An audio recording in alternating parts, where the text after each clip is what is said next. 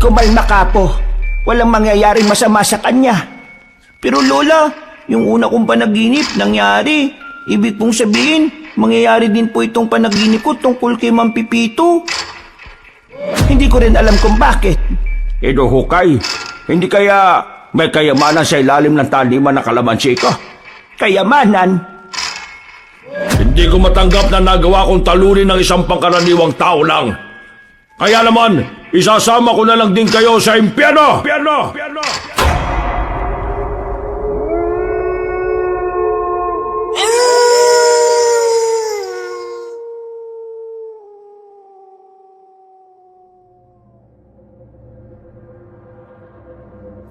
Isang makulimlim na hapon, tinatahak ng maglola ang daan pabalik sa kanilang baryo. Noong mga sandaling yon, kumakalam na ang sikmura ng batang si Loloy. Pero wala silang magawa dahil wala naman silang perang pambili. Napatingin na lamang si Aling Demensia sa larawan ng isang politiko na nakadikit sa poste ng ilaw. Maganda ang ngiti ng politiko. Maaliwalas ang muka at tila ba walang dinadalang problema.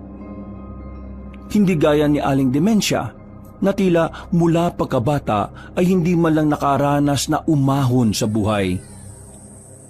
La, bakit niyo po tinitingnan si Mayor? Wala po. Ang ganda kasi ng ngiti ni Mayor oh. Ngumiti na lamang ang matanda, pero ang totoo, maraming tumatakbo sa utak niya. Kagaya na lamang ng ideya na sana kung walang kurakot na namumuno, mas marami sanang mahihirap ang matutulungang makaahon din sa buhay. Kung nagagamit lang sana ng maayos ang buwis ng sambayanan, mas marami sanang proyekto ang masisimulan at mas maraming makikinabang na mamamayan. Pero ang lahat ng yon ay hindi naman nangyayari. At sa tanda na ni Aling Demensia, lahat ng katiwalian ay nasaksihan na niya. Lola, nakakaingit sila no? Ang yaman nila. Meron pa po kaya silang pinoproblema sa buhay? Masyado ka pang bata para pag-usapan ng mga ganyang bagay. Kaya ikaw, Apo, sa pasukan, papasok ka na ulit sa paaralan ninyo. Mag-aral ka ng maigi, ha? Nang sa ganun hindi ka magaya sa lola mo. Kasi ako, wala akong tinapos. Kahit elementary ay hindi ko natapos dahil sa hirap ng buhay. Tandaan mo, sa lipunang puno ng mandurugas, ang mga taong walang narating ang siyang laging iniisahan. Kaya para hindi ka mabiktima ng mga mapanlinlang, kailangan mong mamulat sa katotohanan. Magkaroon ng kaalaman sa maraming bagay, dahil ang karunungan lang ang magliligtas sa iyo sa kapahamakan. At ang kamangmangan naman ay ang magpapahamak sa iyo balang araw. Tumango na lamang ang batang si Loloy na parabang naiintindihan nito ang lahat ng sinasabi ng kanyang lola. Pinagpatuloy na lamang nila ang paglalakad hanggang sa makarating na rin sila sa barong-barong na bahay. Ang pinagtagpi-tagping yero at plywood ang nagsisilbi nilang tahanan. Ito na lamang ang yaman na natitira kay Demensia mula nang mawala ang kanyang asawa. Maraming anak si Demensia, pero lahat naman ng mga yon ay hindi na siya naaalala. Mula nang makatapos ng pag-aaral at pumunta sa Maynila, hindi na siya dinadalaw pa. Ang mga magulang naman ni Loloy ay bunsong anak niya. Nang ibang bansa at hindi na rin nagparamdam. Niwala na rin pinapadalang pangsustento sa anak. Kaya naman mula noon ay si Aling Demensia na ang naging magulang para sa bata. Sinabi ko naman kasi sa iyo na hindi ka dapat naguhugas ng pinggan. Ang dapat na ginagawa mo ay magbasa-basa ng libro. Hindi naman kita inuutusan dyan kasi hindi mo naman dapat yan gawain. Ela, tapos naman po ako magbasa ng libro At saka gusto kitang tulungan kasi alam ko pong napagod kayo kanina sa mahabang nilakad natin. Ay, pambihirang bata talaga ito.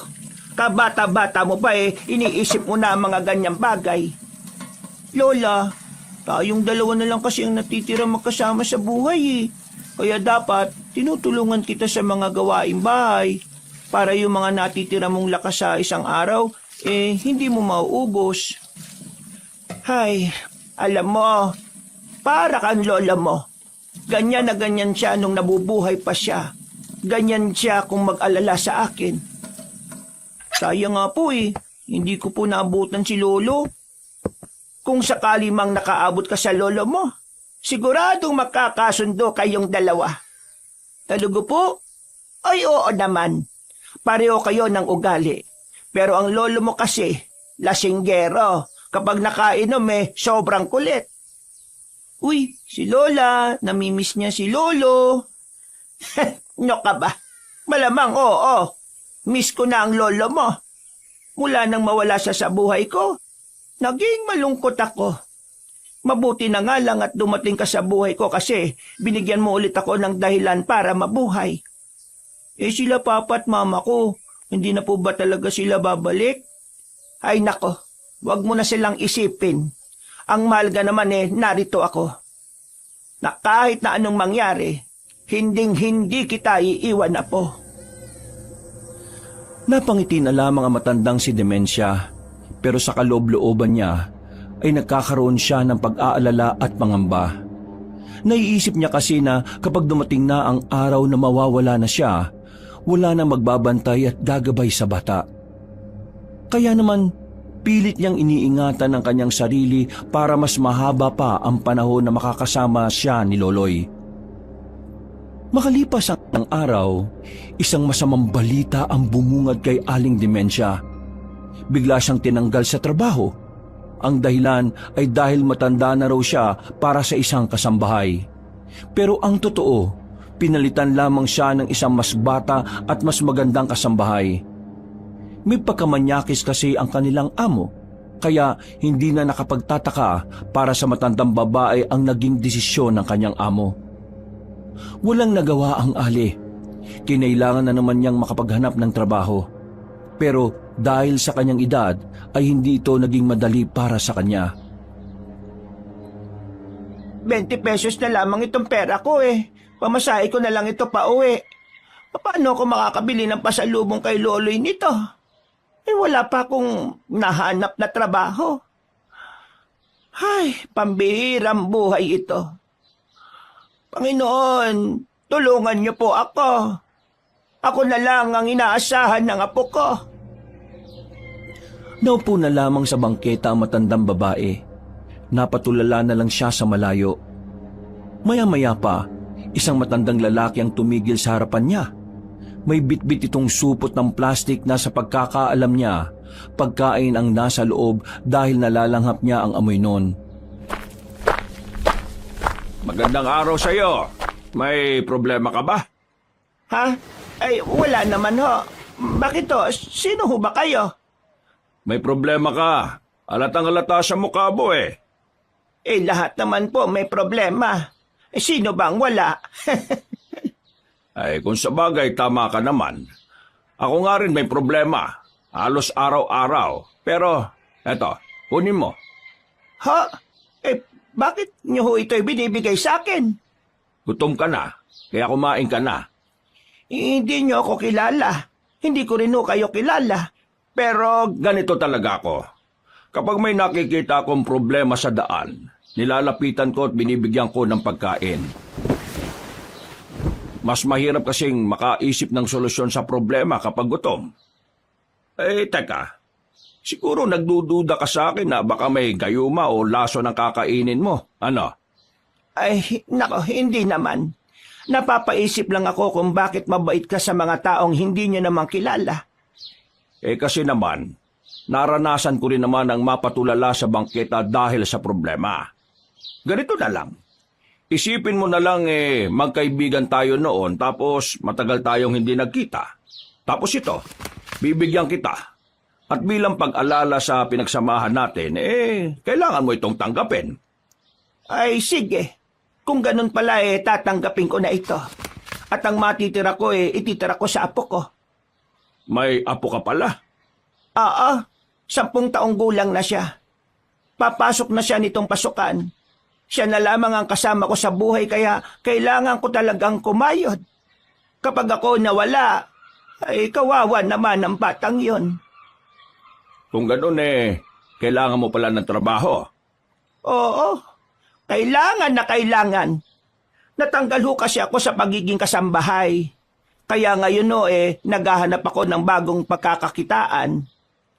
Meron akong pwedeng ialok sa'yo. Ang kaso nga lang, mababa pa ang pasahod ko. Kasi kakasimula ko lang ng maliit kong negosyo na yon. Isa pa, mahina rin ang bentahan sa baryo Ay, sige ho. Tatanggapin ko ho yan. Pero saan po ba kayo nakabaryo? Sa San Nicolas. Alam mo ba ang baryong yon? Ay nako, dyan din kami nakatira ng apo ko. Mukha talagang pinagtagpo tayo ng tadhana nito Kung gano'n mas maganda nga yan. Para kapag kakailanganin kita kagad mapupuntahan din kita. Kailan naman ho ako pwede magsimula? At pwede ko ho bang isama ang apo ko riyan? Sigurado ka bang isasama mo ang apo mo? Baka mapagod yon. Hindi ko naman ho siya bibigyan ng mabigat na gawain. Kailangan ko lang po siyang kasama para nababantayan ko siya. Kung gano'n di magsimula ka na bukas. Pero ngayon, isasama muna kita sa taniman ng kalamansi. Ipapakita ko muna yung taniman ko na yon para malaman mo kung gaano siya kalawak. Ay sige ho, wala naman hong problema. Siya nga pala, bago tayo magkalimutan. Ako nga pala si Pepito. Ay ako naman ho si Demencia. Napangiti na lamang ang dalawa sa isa't isa. Nang may mapadaan na sasakyan ay agad na rin naman itong pinara ni Pipito. Makalipas lang ang ilang minuto, nakarating na rin sila sa baryo ng San Nicolas. Nalaman ni Aling Demencia na hindi naman pala kalayuan ng taniman ni Mang Pipito sa bahay nila. Kaunting lakaran lang, hindi gaya ng dati niyang pinapasukang trabaho na halos 1 oras ang nauubos para lang marating.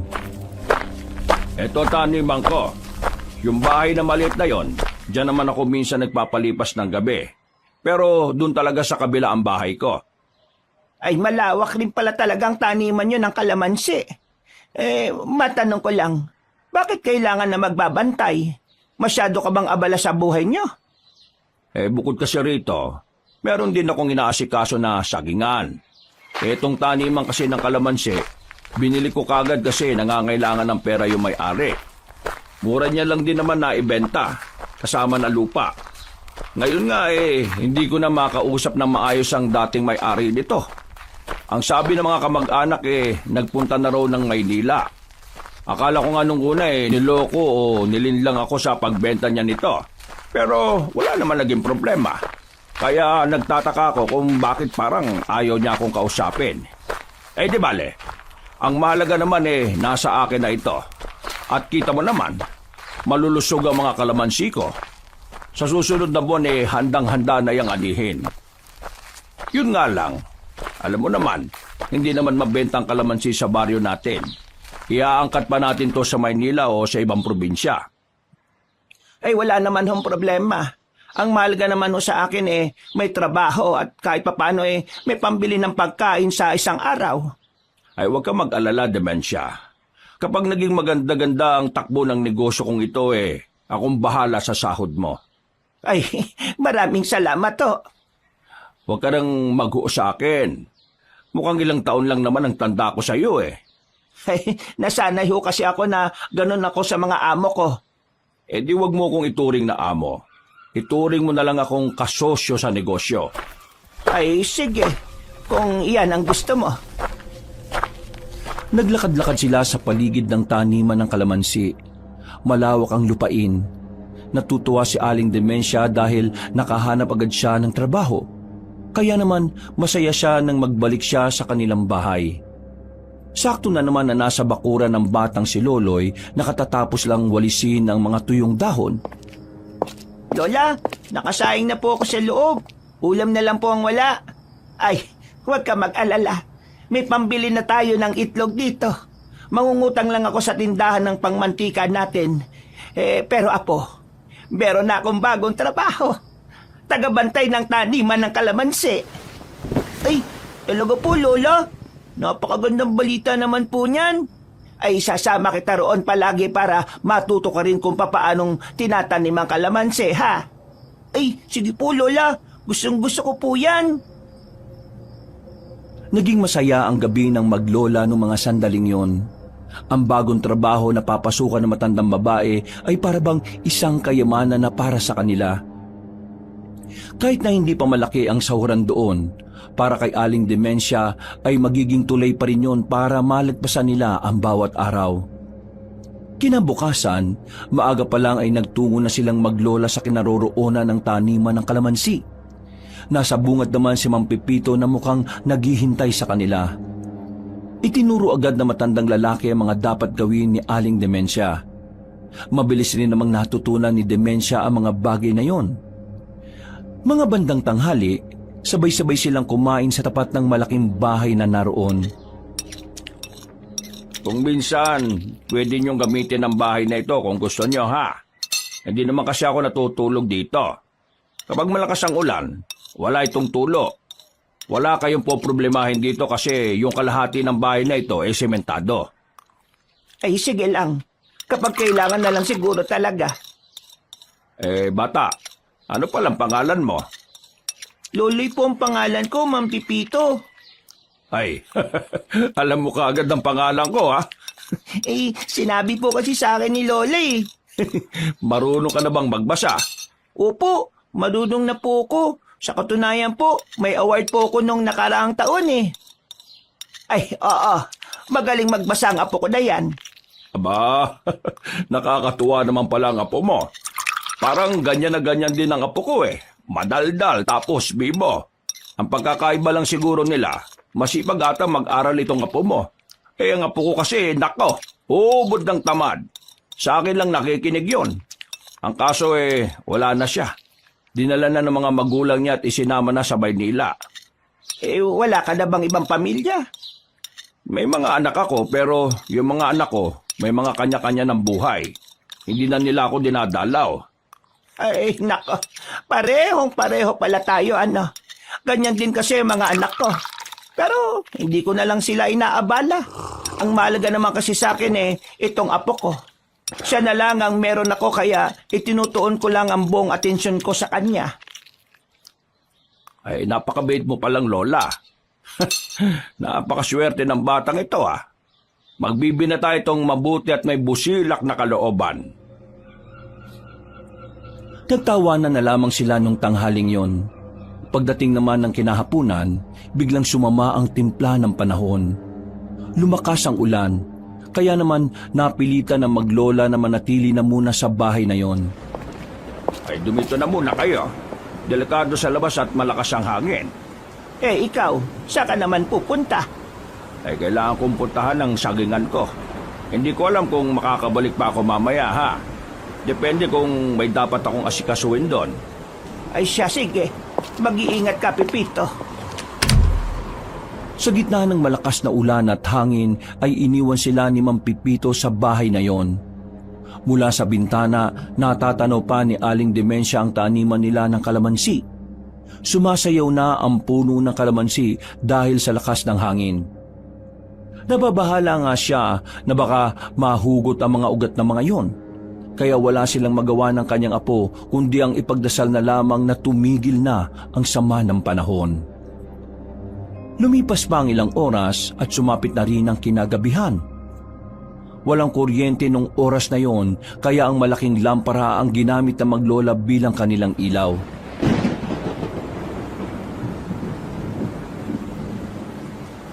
Lola, ang lakas po ng kulog at kidlat, no?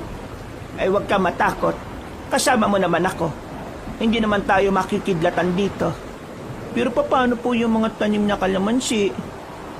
Dumito ka na muna. Sisilipin ko lang sa labas. Pero baka po tangayin kayo, Lola. Ay, huwag mo akong alalahanin. Kaya ko ang sarili ko. Sinuot ng matandang babae ang kapote at dali-daling lumabas. Kailangan niya kasing inspeksyonin ng mga kalamansi kung nasa maayos pa rin bang kalagayan. Sa kanyang pagsuong sa malakas na ulan, meron siyang nakitang isang lalaki na nasa kabilang banda ng taniman. Nung unay inakala niyang si Mang Pipito yon, pero iba ang tindig ng lalaki. Iba rin ang taas nito, kaya nasisiguro niyang hindi yun na matandang lalaki. Lalapitan niya sana ang lalaking yon para tanungin, pero nakita niyang naglakad na ang lalaki papasok ng kagubatan. na parabang hindi man lang yun nakakaramdam ng takot na baka makidlatan. Sino naman kaya yung lalaking yan? At bakit parang nakabantay siya sa taniman ng kalamansi? Nilibot-libot niya pa ang taniman. Nang mamatay na ang daladala niyang flashlight, saka na niya naisipang bumalik ng bahay. Dito na muna tayo matutulog ngayon, Apo. Malakas na ang ulan eh. Delikado kung lalabas pa tayo para umuwi. Lola, di ba malapit lang naman po dito yung sa atin? Oo, pero hindi tayo pwedeng lumabas. Baka mamaya ay matamaan pa tayo ng lumilipad na kung anong bagay dyan. Nanatili ang maglola sa bahay na yon. Kompleto naman ng gamit doon kaya wala na silang problema sa pagtulog. Ang inaalala lang talaga ni Aling Dementia ay ang bahay nilang barong-barong. Malakas ang kutob niya na baka nasira na yon o baka natangay na rin sa lakas ng ulan.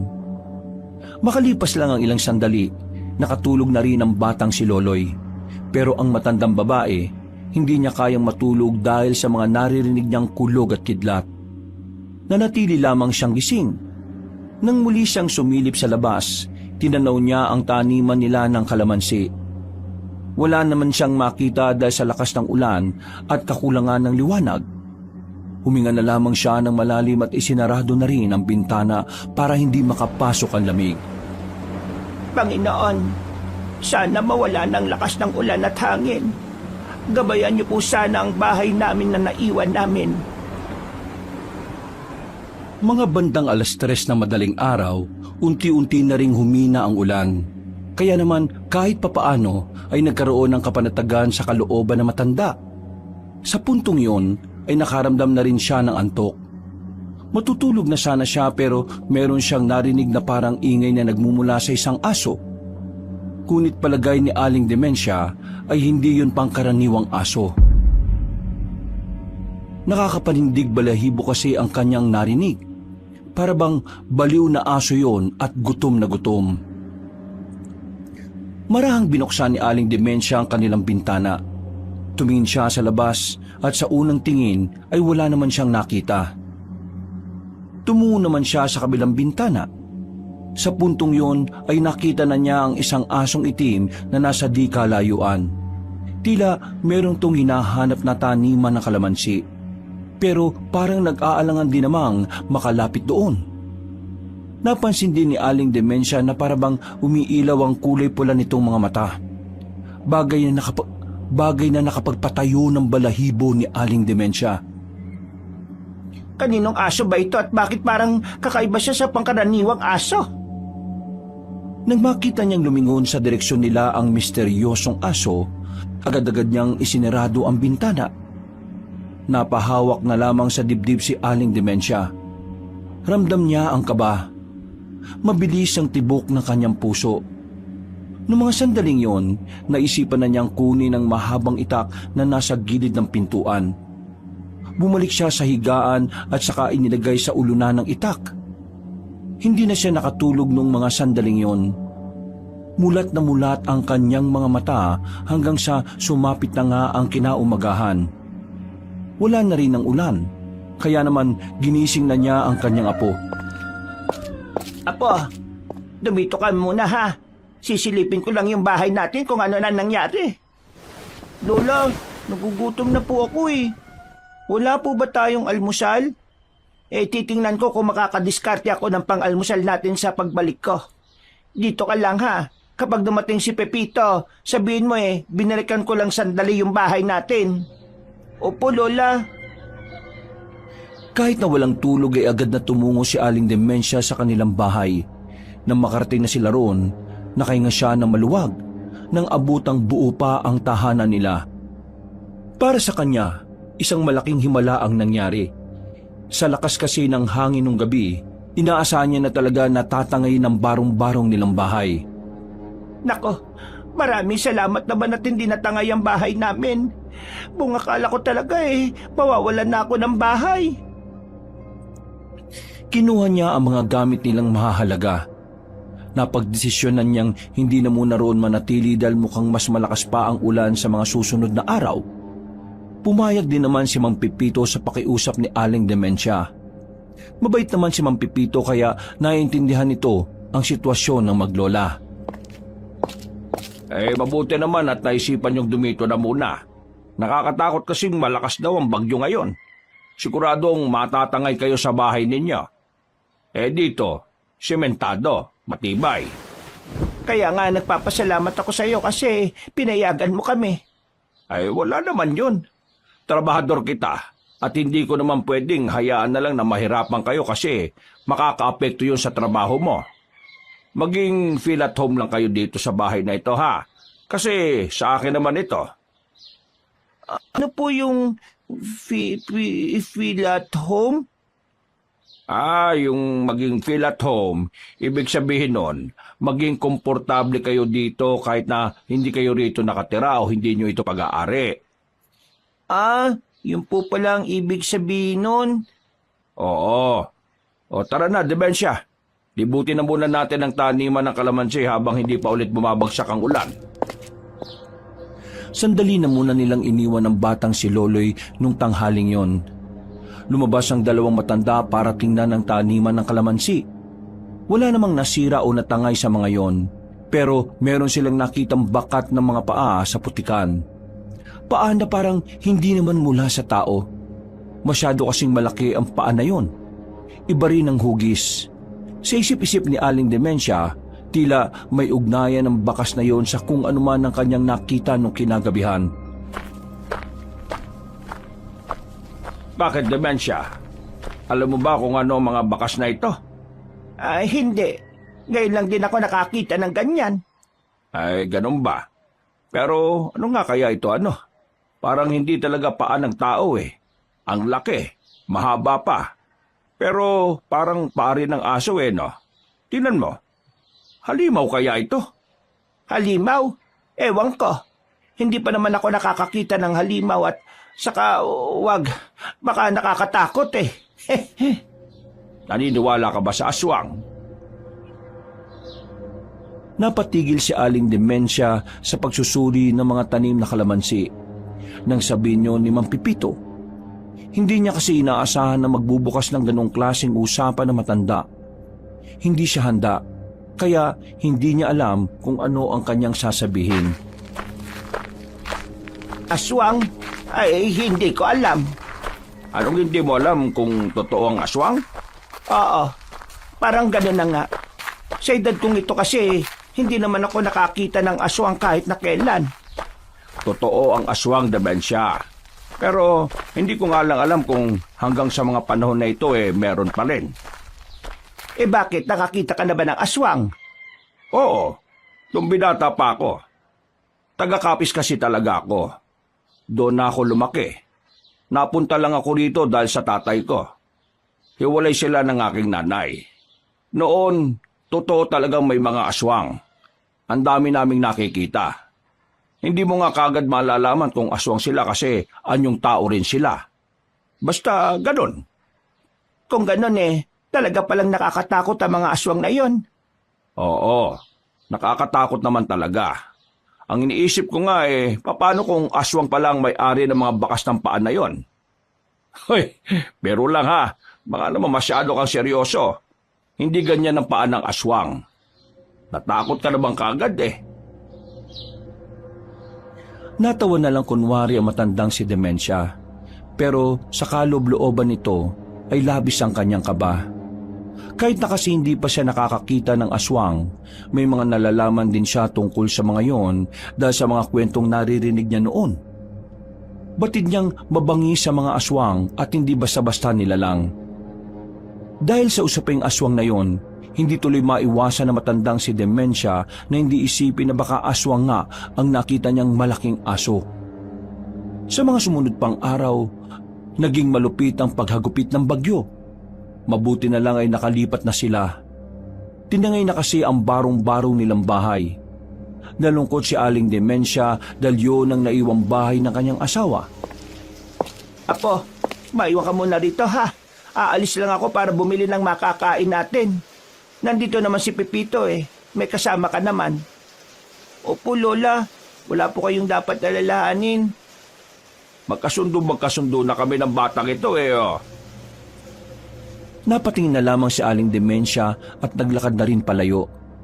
Medyo mahina na ang ulan noon kaya nakakalabas na rin siya. Napadaan siya sa kanilang bahay. Nakita niyang nakatumba na yun at hindi na talaga matitirhan.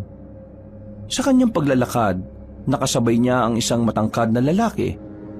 Sa hindi malamang dahilan, tila ba naramdaman niyang parang pamilyar sa kanya ang taong yon. Nagtama ang kanilang paningin. Nakatingin din naman sa kanya ang binata. Hindi na napigilan na matanda na tanungin ito. Iho, magkakilala ba tayo? Hindi po. Ngayon ko lang po kayo nakita. Bakit? Kilala niyo po ba ako?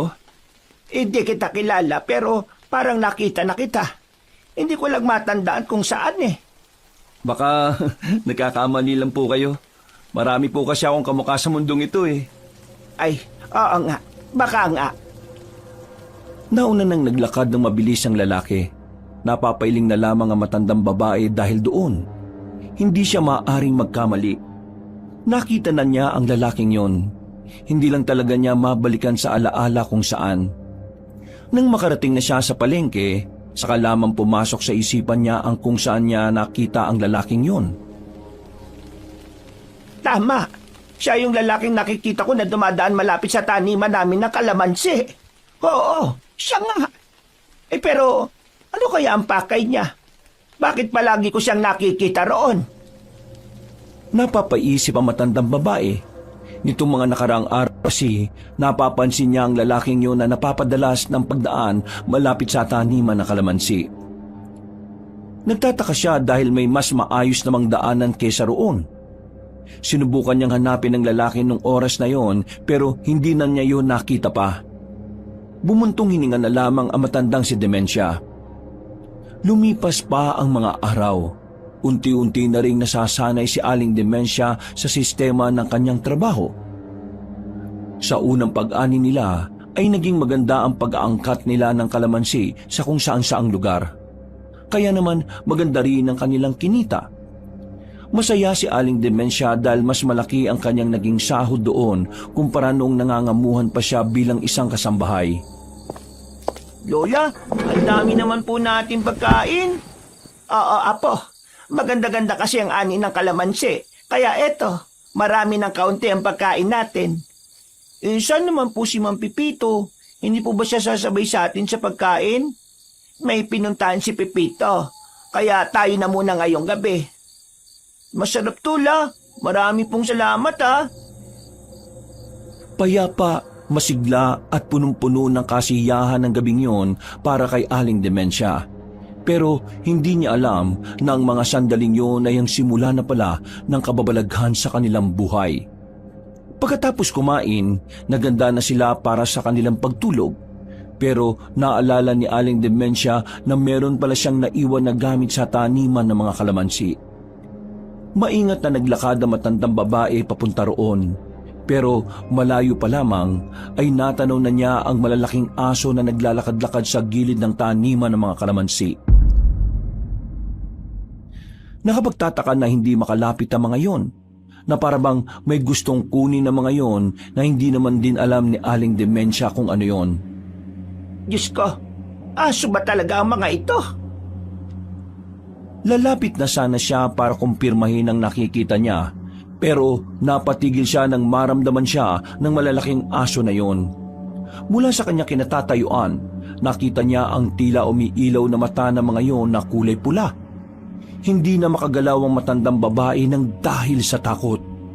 Napako ang kanyang dalawang paa at tila nawalan siya ng lakas para tumakbo paalis. Napansin na lamang niya na unti-unti nang naglalakad ang mga asong yon palapit sa kanya. Nang malapit na yun sa kanya, isang lalaki naman ang lumabas mula sa madilim na gilid. Hindi niya alam kung anong ginawa ng lalaki. Pero nakita na lamang niyang nagtakbuhan na ang mga aso at hinabol naman yun ng misteryosong lalaki. Nang masigurong wala na nga ang malalaking aso, nakahinga na ng maluwag ang matanda. Naigalaw na niya ang kanyang katawan at nagkaroon na rin ng lakas para makabalik agad sa bahay. hindi na niya kinuha pa kung anuman ang dapat niyang makuha. Sa nangyaring yun, naisipan ni Aling Demensia na sabihin yun kay Mang Pipito. Ang kaso nga lang, hindi nagpunta ang matandang lalaki sa taniman ng kalamansi. Kinabukasan ay ganun din, hanggang sa tumagal na ng 3 araw. Kaya ang naisip ni Aling Demensia, hindi na lamang siya lalabas ng gabi at magpupunta sa taniman ng kalamansi. Lola, natatakot po ako matulog. Ha? Bakit ka naman matatakot matulog kasama mo naman ako? Kagabi po kasi nanaginip po ako Nanaginip ng ano? Meron daw pong halimaw doon sa may gitnang taniman ng mga kalamansi. Merong ano? Halimaw? Ay nako, panaginip lang yan po. Kadalasan na mga panaginip ay kabaliktaran ng mga nangyayari. Pero Lola, pakiramdam ko po kasi noon totoo yung nangyayari. Narinig ko pa nga po na may nagsalita sa panaginip ko. Aswang daw yung halimaw. Hindi na napigilan ni Aling Demensia ang pagtindigan ng kanyang balahibo. Napansin naman yun ng kanyang apo kaya lumapit ito sa kanya. Hinawakan ni Loloy ang kanyang kamay. Lola, ayos lang po ba kayo? Bakit po parang namumutla kayo? Ayos lang naman ako, apo. Huwag mo akong intindihin. Basta, huwag kang masyadong magpapaniwala sa panaginip. Hindi totoo yon, Loloy. Gawa-gawa lang yan ang malikot nating isipan kapag natutulog tayo. Naintindihan mo? Opo, Lola. Lumipas pa ang ilang araw, hindi na nagkaroon ng lakas ng loob si Aling Demensia na ikwento kay Mang Pipito ang nangyari. Nababahala kasi siya na kapag napag-usapan yon ay baka mas lalo lang niyang maisip ang mga aswang. Ang bilis talagang tumubo ng mga ligaw na damo rito. Ilang araw din kasing nag-uulan kamusta naman kayo rito ni Loloy, Demensia?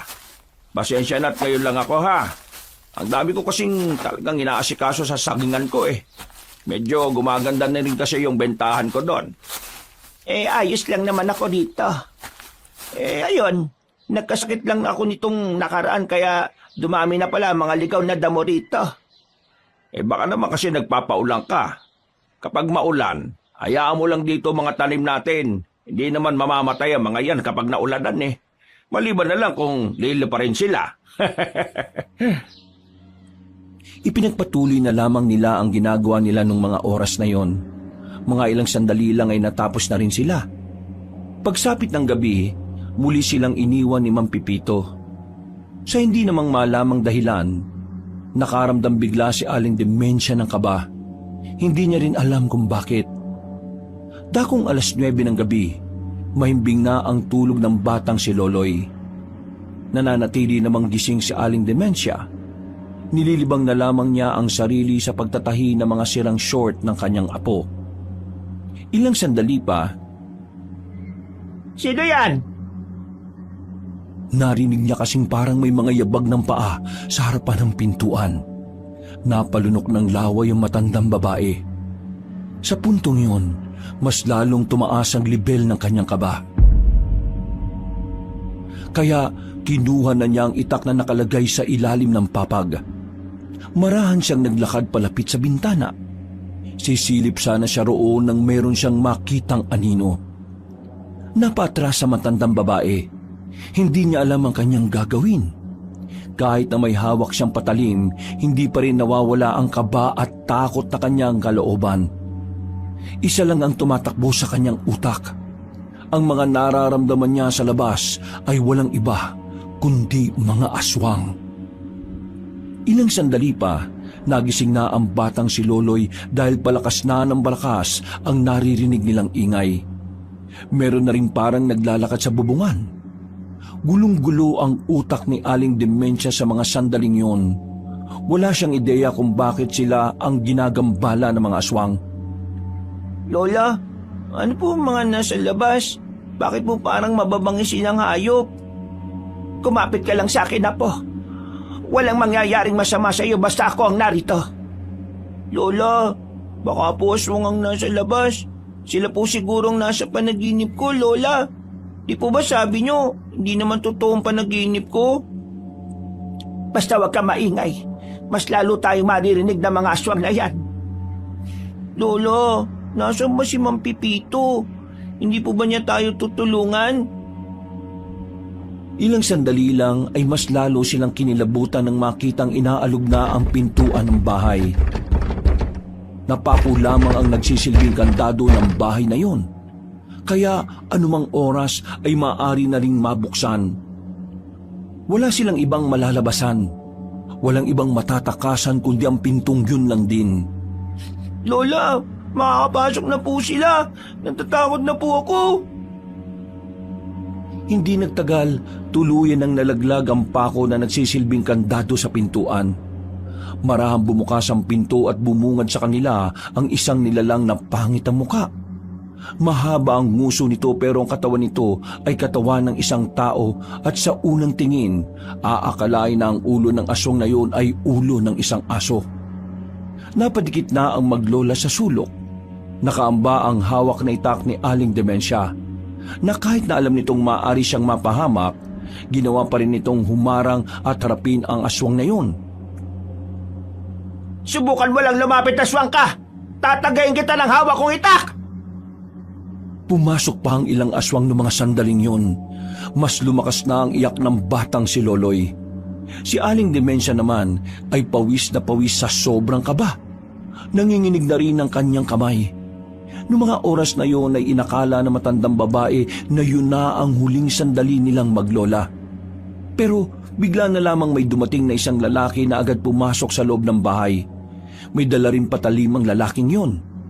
Pinagtatataga niya ang mga aswang. Dali-dali naman binasag ng mga aswang ang bintana at doon dumaan paalis. Ayos lang po ba kayo? Nakilala ni Aling Demensya ang lalaking yon. Hindi siya maaaring magkamali. Ang lalaking yon ay ang lalaking nakausap niya sa daan at ang lalaki ring nakikita niyang dumaraan malapit sa taniman ng mga kalamansi. Ikaw? Mukhang nakilala niyo pa pala ako. Pero mas kailangan naming unahin ang mga aswang eh. Dito lang kayo ah.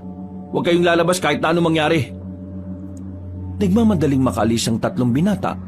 Naiwan naman ang maglola na hanggang sa makabalik ang mga yon ay nanatili pa rin silang nakasiksik sa sulok ng bahay. Wala na po mga aswang. Nakaalis na sila. Maraming salamat sa pagliligtas niyo sa amin. Pero sino ba kayo? Kaming tatlo ay ang mga birador ng mga aswang. Huwag na po kayo mag-alala. Wala naman po mangyayaring masama sa inyo. Hindi na po babalik ngayon ng mga aswang. Kaya makakahinga na po kayo ng maluwag.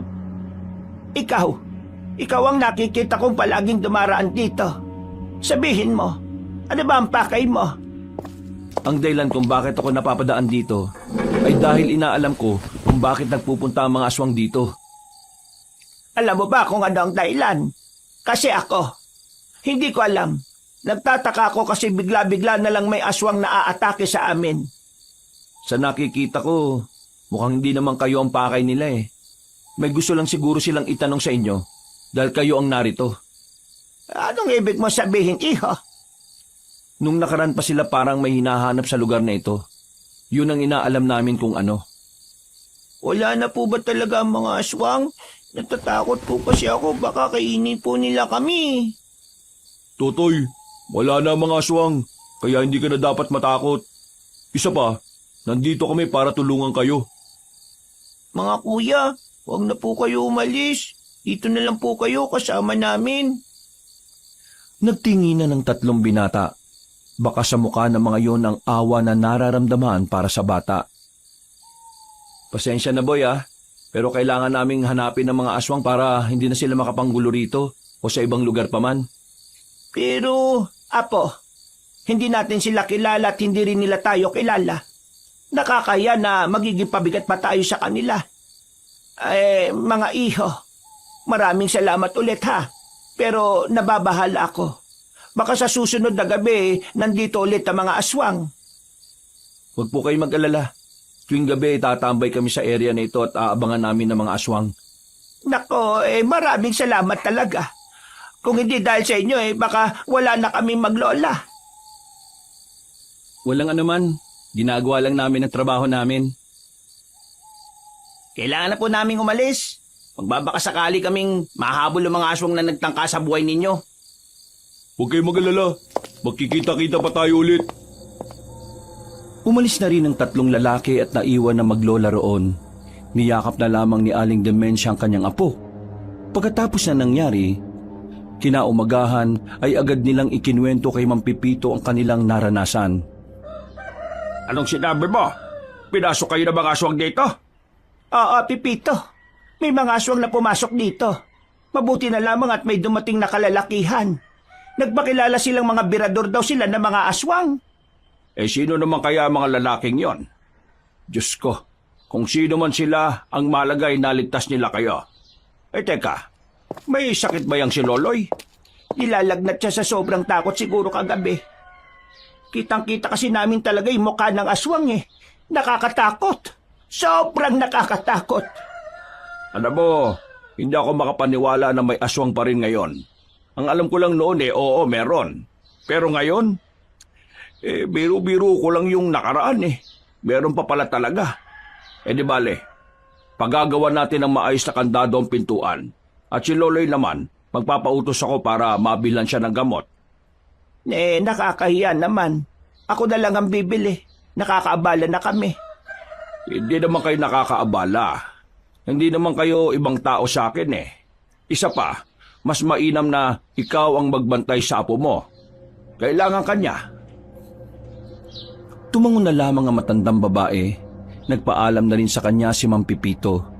Dahil maliwanag naman na ang paligid, sinamantala na muna ni Aling Dementia ang tumungo sa taniman ng kalamansi. Sa kanya lamang napansin doon ang hukay na hanggang tuhod na niya ang lalim. Teka, para saan ang hukay na ito? Sinong gumawa ng hukay na ito at bakit ngayon ko lang ito napansin? Napansin din ni Aling Dementia ang mga bakas ng paa malapit sa hukay. Nanlaki ang kanyang mga mata. Dito na niya napagtanto na maaring ang mga aswang nga ang gumawa ng hukay na yon. Pero ang malaking katanungan para sa kanya ay kung ano ang pakay ng mga aswang sa paghukay na yon sa gitna ng taniman ng mga kalamansi. Hinintay niyang sumapit ang kinagabihan. Pakiramdam niya kasi ay kailangan niyang makausap ang tatlong lalaki na nagligtas sa kanilang maglola. Lola, umalis na po si Mang Pipito. Oo, apo. Hinatid niya lang itong pagkain at gamot mo. Kailangan niya kasing asikasuhin yung iba pa niyang negosyo. Bukas naman narito na siya. Lola, kailangan po natin bantayan si Mang Pipito. Bantayan? Bakit naman, apo? Lola, nanaginip na naman po ako Mapapahamak daw po si Mang Pipito. Aatakihin daw po siya ng aswang. Lola, kawawa po siya. Kailangan niya po ng tulong natin. Kumalma ka po. Walang mangyayaring masama sa kanya. Pero Lola, yung una kong panaginip nangyari. Ibig pong sabihin, mangyayari din po itong panaginip ko tungkol kay Mang Pipito. Magsasalita pa sana matandang babae nang biglang may kumatok sa kanilang pintuan. Magandang hapon po. Kami po ito, yung tatlong birador ng mga aswang. Huminahon ka, apo. Kakausapin ko lang sila. Magandang hapon po sa inyo. Nandito po kami para mag-inspeksyon sa lugar at para na rin magbantay mamaya. Nay, bakit umiyak po yung apo ninyo? Nagkaroon siya ng lagnat dahil sa nangyari kagabi. Mga kuya, tulungan niyo po ako. Si Mang Pipito po nasa panganib ang buhay. Nay, ano pong sinasabi ng apo ninyo? Nanaginip siya. Mapapahamak daw ang may-ari ng bahay na ito at ng taniman ng kalamansi. Nababahala ko na baka magkatotoo yun. Kasi yung pagpasok ng mga aswang dito sa amin kagabi, napanaginipan niya rin yon. Sige na po, puntahan niyo po si Mang Pipito. Kailangan niya po ng kasama.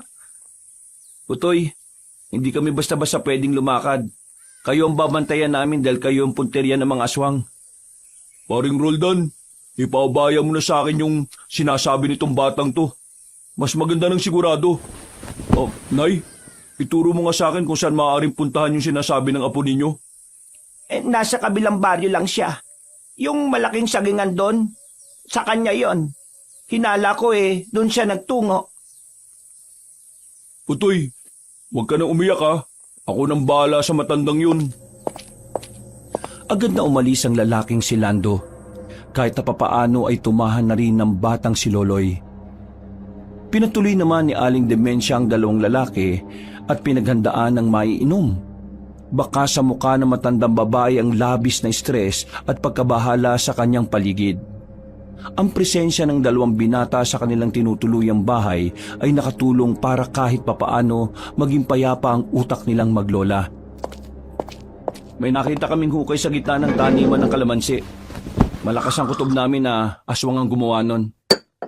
Merong gustong wakayin ng mga aswang pero hindi nila matuloy. Mabisa kasing pangontra sa mga aswang ang kalamansi eh. Lalo na yung hindi pa yun pinipitas. Sa madaling sabi, nung nagukay ang aswang hindi niya kinaya yung mga nakapalibot na kalamansi. Kaya ayun, umalis at hindi natapos yung pag-ukay. Wala akong gaanong kaalaman sa mga aswang. Pero maraming salamat sa mga sinasabi ninyo. Naguguluhan na ako sa mga nangyayari. Wala naman kami kasalanan sa kanila. Wala akong natatandaan na meron akong nakaaway o ano. Sa halip, kami pa nga ang laging inaapi. Hindi kami lumalaban, kaya nagtataka talaga ako. Ano ang dahilan bakit kami ang pinupunterian ng mga aswang? Marami ako nakikitang dahilan. Baka may mga bagay silang hinahanap na narito lang din sa lugar na ito. O baka naman isa sa inyong dalawa ang susi sa kanilang mga pinaplano. Susi? Bakit naman kami magiging susi sa mga gusto nilang mangyari? Yun ang dahilan kung bakit kami pabalik-balik dito ng ilang araw. Kailangan nating malaman kung ano yung pakay nila sa inyo. O kung kayo ba talaga ang pakay nila. Napabuntong hininga na lamang ang matandang babae. Maya-maya pa, sumapit na rin ang kinagabihan. Inasikaso na lamang niya ang kanyang apo. Kahit na papaano ay gumaan na rin ang pakiramdam ni Loloy.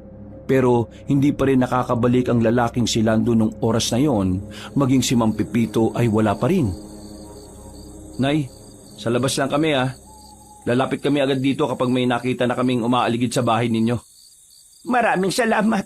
Mag-iingat kayo ha. Lumabas na rin ng bahay ang dalawang lalaki.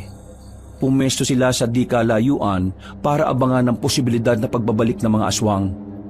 Si Aling Demensia at Loloy naman, hindi mapakali at namamayani pa rin ng kaba sa kanilang kalooban. Lola, babalik ba talaga ang mga aswang? Ano ba talaga ang kailangan nila sa atin? Wala naman po tayong ginagawang masama sa kanila, di ba? Huwag ka matakot, apo.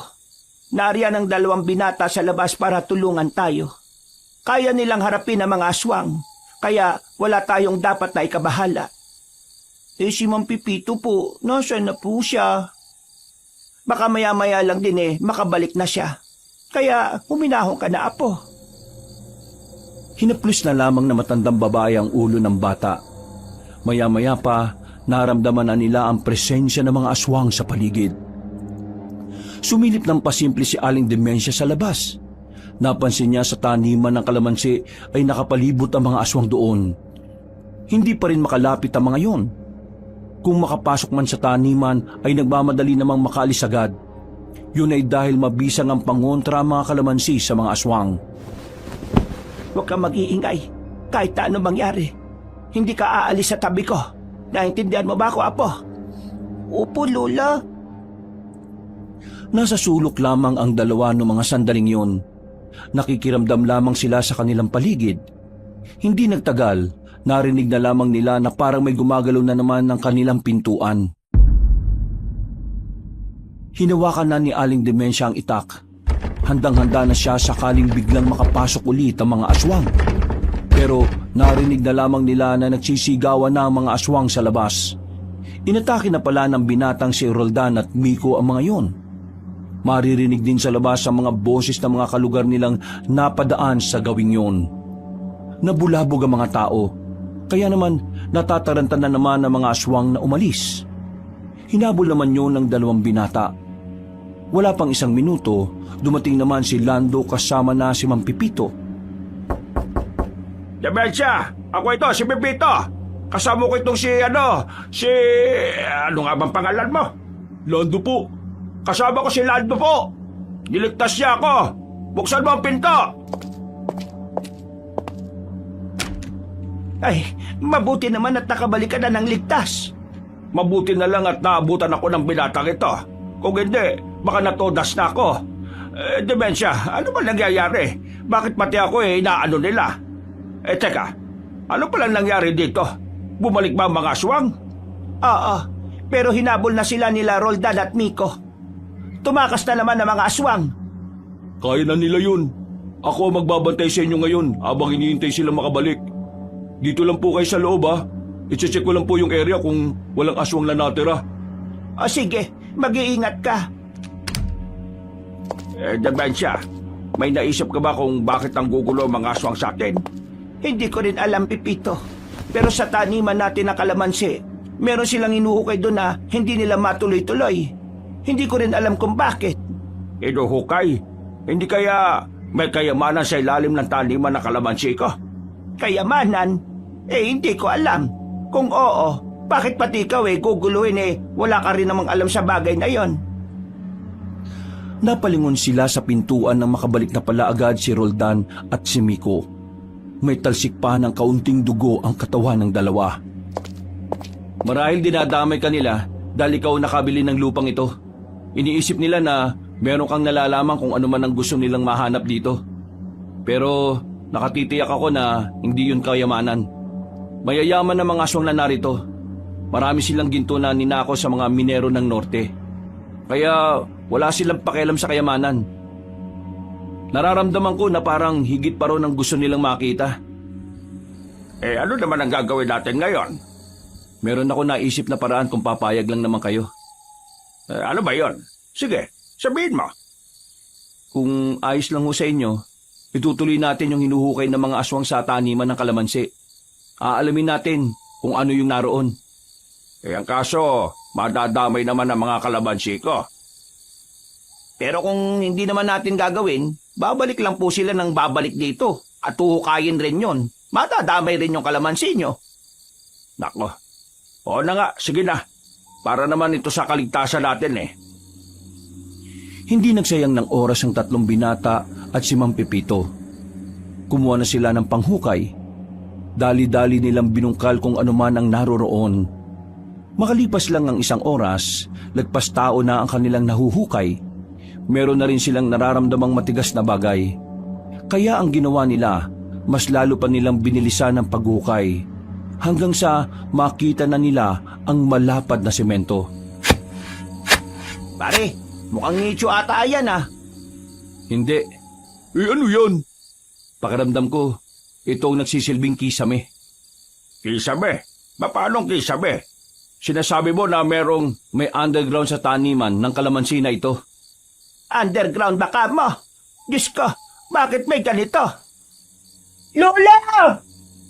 Nang marinig nila ang malakas na sigaw ni Loloy ay nagmamadali na silang makabalik sa loob ng bahay. Inabutan nilang iyak ng iyak ang bata. Halos 1 minuto pa nila itong pinatahan para lamang malaman kung ano ang problema nito. Apo, ano ba nangyari? Bakit ka ba sumisigaw? Lolo, may dumikit po sa likuran ko. Tingnan niyo po, dumikit siya. Ayaw matanggal. Anong dumikit? Saan ba? Pagtingin nila sa bandang baba ng batok nito, nakita nila ang isang medalyon na kasing laki lang ng pisong kalabaw. Nakadikit sa balat ng bata. At kahit na anong gawin nila ay hindi yun matanggal. Kapag pinipilit nilang alisin ay namimilipit sa sakit ang bata. Ang medalyon! Alam niyo kung ano ito? Ang medalyon ng mga aswang. Sigurado ko na yan ang binabalik-balikan nila rito. Gusto nilang makuha yan dahil gagamitin nila yun para maging immortal sila.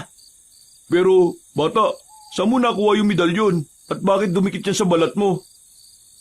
Sa likod po ng bahay na ito, may lagusan. 100 papunta po sa ilalim ng lupa. Pumasok po ako dun Madilim, pero bigla na lang pong may dumikit sa bato ko. Ito po pala yun. Manong, alam niyo po ba yung tungkol sa sinasabi ng bata? Ha? Ay, hindi ko alam. Binili ko lang naman kasi ito para sa taniman ng kalamansi. Ang lugar na ito ang pinagtataguan ng medalyon na yan. Matagal nang hinahanap ng mga aswang ang bagay na yan dahil kailangan nila. Ngayon, nahanap na nila kung nasaan. Pero anong gagawin natin? Hindi naman natin makukuha tong medalyon na to kasi masasaktan yung bata kapag hinila natin. Buhay ang medalyon. Alam niyang wawasakin natin siya, kaya ginawa niya to. Sandali. Sinasabi mong may buhay itong medalyon na ito? Sa maniwala man kayo sa hindi, pero oo, may buhay nga yan. Isa siyang kagamitan ng mga aswang na matagal lang nawalay sa kanila. Kaya siya ibinaon sa ilalim ng lupay dahil mas makakatulog ng mahimbing ang diwa ng medalyon kapag nasa madilim siyang parte. Pero nang maramdaman niya na may isa pang buhay ang malapit sa kanya, hindi na niya yung pinalagpas pa. Kaya nangyari yan sa bata. Bakit pati ang apo ko? Dinadamay nila. Bata lang ito eh. Anong mangyayari niyan ngayon? Paano yan aalisin sa kanya? Mga kuya, tulungan niyo po ako. Natatakot po ako sa nakadikit sa akin. Pakiramdam ko kakainin niya ako eh. Bata, huwag kang mag-alala. Hindi ka naman kakainin yan.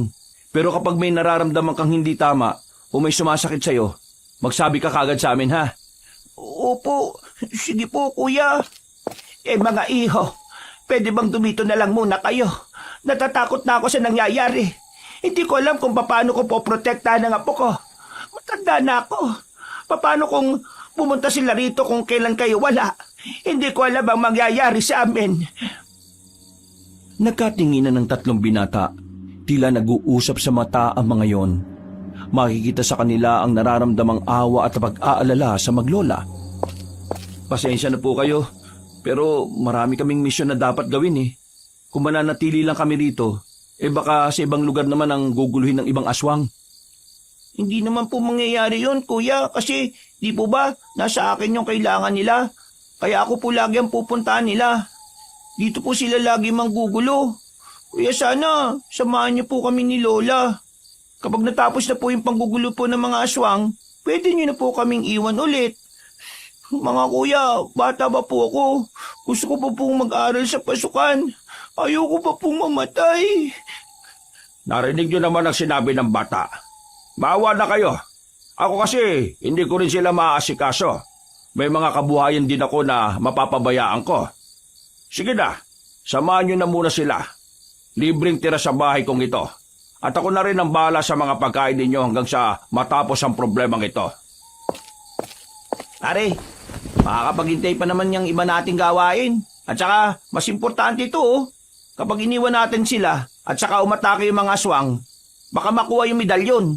Kapag nakuha ang medalyon, lahat ng pinaghirapan natin para protektahan ng probinsyang ito masasayang din. Kapag naging immortal ang mga aswang, wala nang pag-asang sangkatauhan. O sige, pumapayag na ako. Mananatili kami rito at magbabantay kami sa inyo. Pero ito lang po sana ang pakiusap ko. Makikinig po kayo sa amin ha, kung ano man ang sasabihin namin. Oo, makikinig kami sa inyo. Gusto lang talaga naming may makakasama. Salamat naman. Diyos ko, nag-aalala rin kasi ako sa kanila pero wala rin naman ako magagawa. Mababangis ang mga aswang eh. Akala ko nung una, mag-asawa kayo eh. Ay, hindi. Magkaibigan lang kami ni Dementia. Sa katunayan, bagong magkaibigan lang kami. Napangiti na lamang ang matandang si Dementia. Noong mga sandaling yun ay hindi na umalis ng bahay na yun ang tatlong binata. Nakahinga naman ang maluwag ang matandang babae. Kahit na papaano, makakampante na rin ang kanyang kalooban dahil may magpoprotekta sa kanila.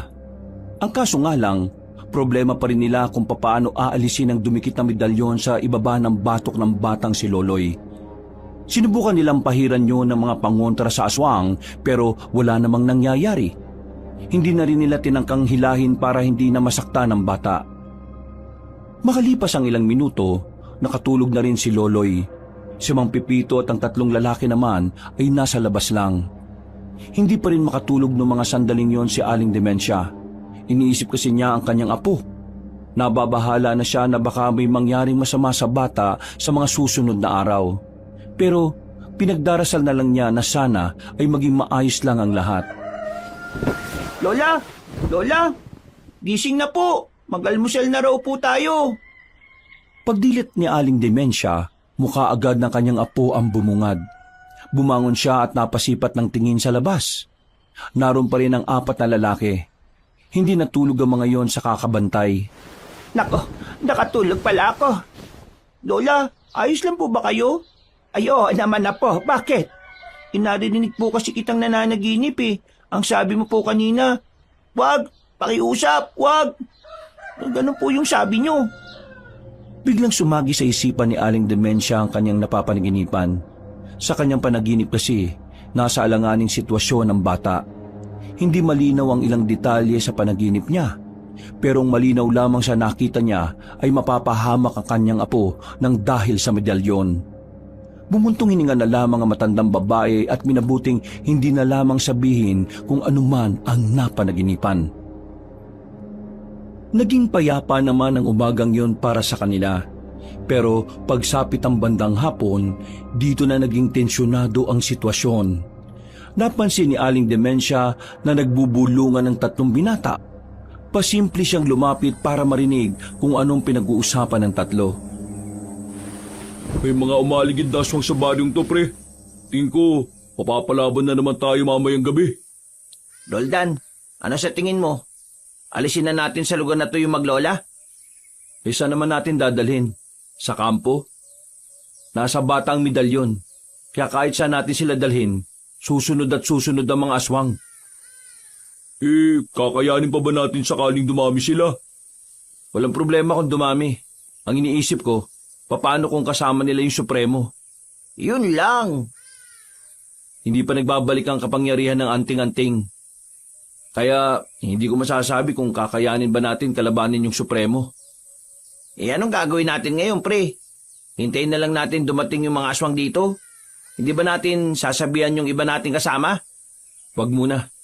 Masisira ang mga misyon nila kapag isinama natin sila rito. Kaya nga kasama natin sila, di ba?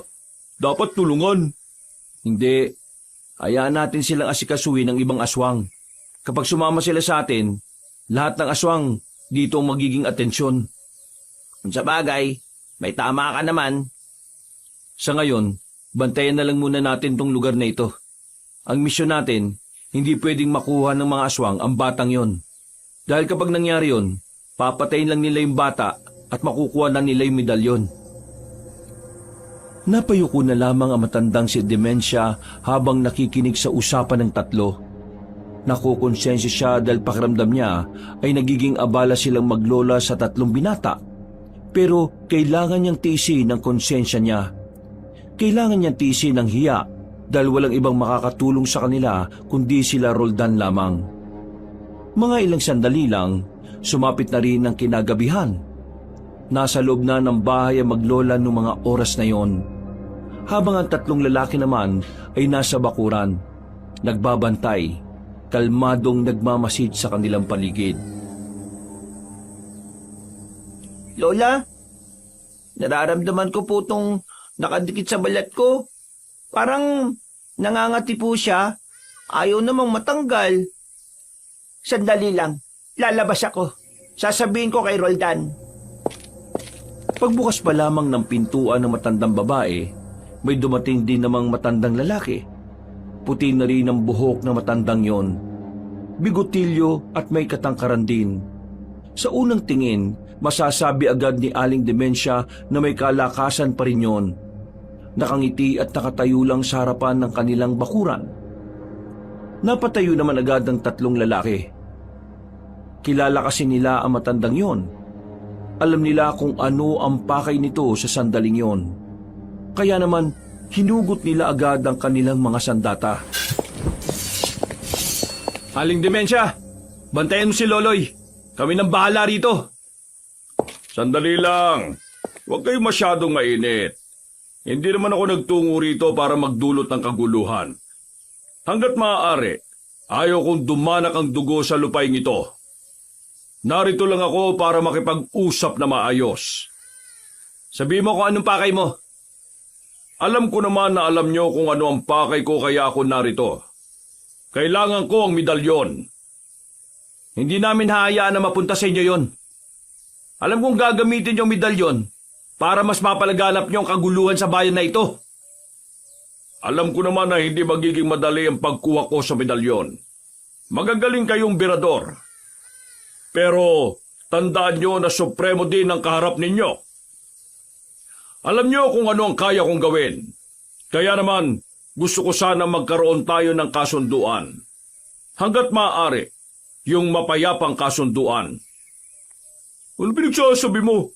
Kahit na kailan, hindi kami nakikipagkasundo sa mga aswang. Alam namin kasamaan lang ng gagawin mo. Hindi kami manlilinlang. Mag-isip nga kayo. Kung sakaling hindi kayo pumayag sa sinasabi ko, yung maglolang yan, mamamatay. Alam nyo kung bakit? Kasi yan at yan lang ang pupuntiryahin naming mga aswang. Kung talaga may kakayahan kang gawin ang mga sinasabi mo, hindi ka na makikipagkasundo sa amin. Gagawin mo na kagad. Kaya, isa lang ang ibig sabihin nun. Natatakot ka rin sa kaya naming gawin. Supremo, mas matanda ka sa amin pero mas matalas ang pangunawa namin. Lalo na sa pang-uuto at panlilinlang na ginagawa ng mga kagaya mong aswang. Hindi ko kayo pipilitin kung ayaw nyo. Pero ito lang ang sinasabi ko sa inyong tatlo. Sa oras na mapahamak ang maglolang yon, kayo ang may kasalanan. Hindi sila mapapahamak. Kami ang poprotekta sa kanila. Huwag niyo lang magawa ang mga binabalak ninyo. Kung yan talaga ang gusto ninyo, wala na ako magagawa. Nagbigay na ako ng pagkakataon para makipagkasundo. Ngayon, harapin nyo ang kapalit ng mga desisyon ninyo. Ngumiti ng nakakaloko matandang lalaki. Sandali pa nga nitong tinapunan ng tingin ang maglola. Napatago na lamang si Loloy sa likuran ni Aling Dementia. Naglakad yon palayo na parabang walang nangyari. Hindi na lang din sinundan ng 3 binata. Hindi sila nagpadalos-dalos. Aling Dementia, ihandaan niyo po ang mga gamit ninyo. Bakit? Saan kami pupunta? Pre, anong gagawin mo? Kailangan natin silang ilayo rito. Saan naman natin sila dadalhin? Bahala na. Ang mahalaga, makalis sila rito bago pa tayo dumugi ng mga aswang dito. Ako nang bahala. May alam akong lugar. Sabay-sabay silang napalingon sa kararating lang din na si Mang Pepito. Napansin na lamang nilang may nakasukbit ng baril sa tagiliran nito. Meron pa akong isang bahay. Medyo malayo lang dito sa baryo natin. Pero may sasakyan naman ako. Nakaparada sa bungad. Tara, bilisan na natin. Yun naman pala eh. Walang sinayang na pagkakataon ang maglola. Mabilis nilang inimpake ang kanilang mga gamit.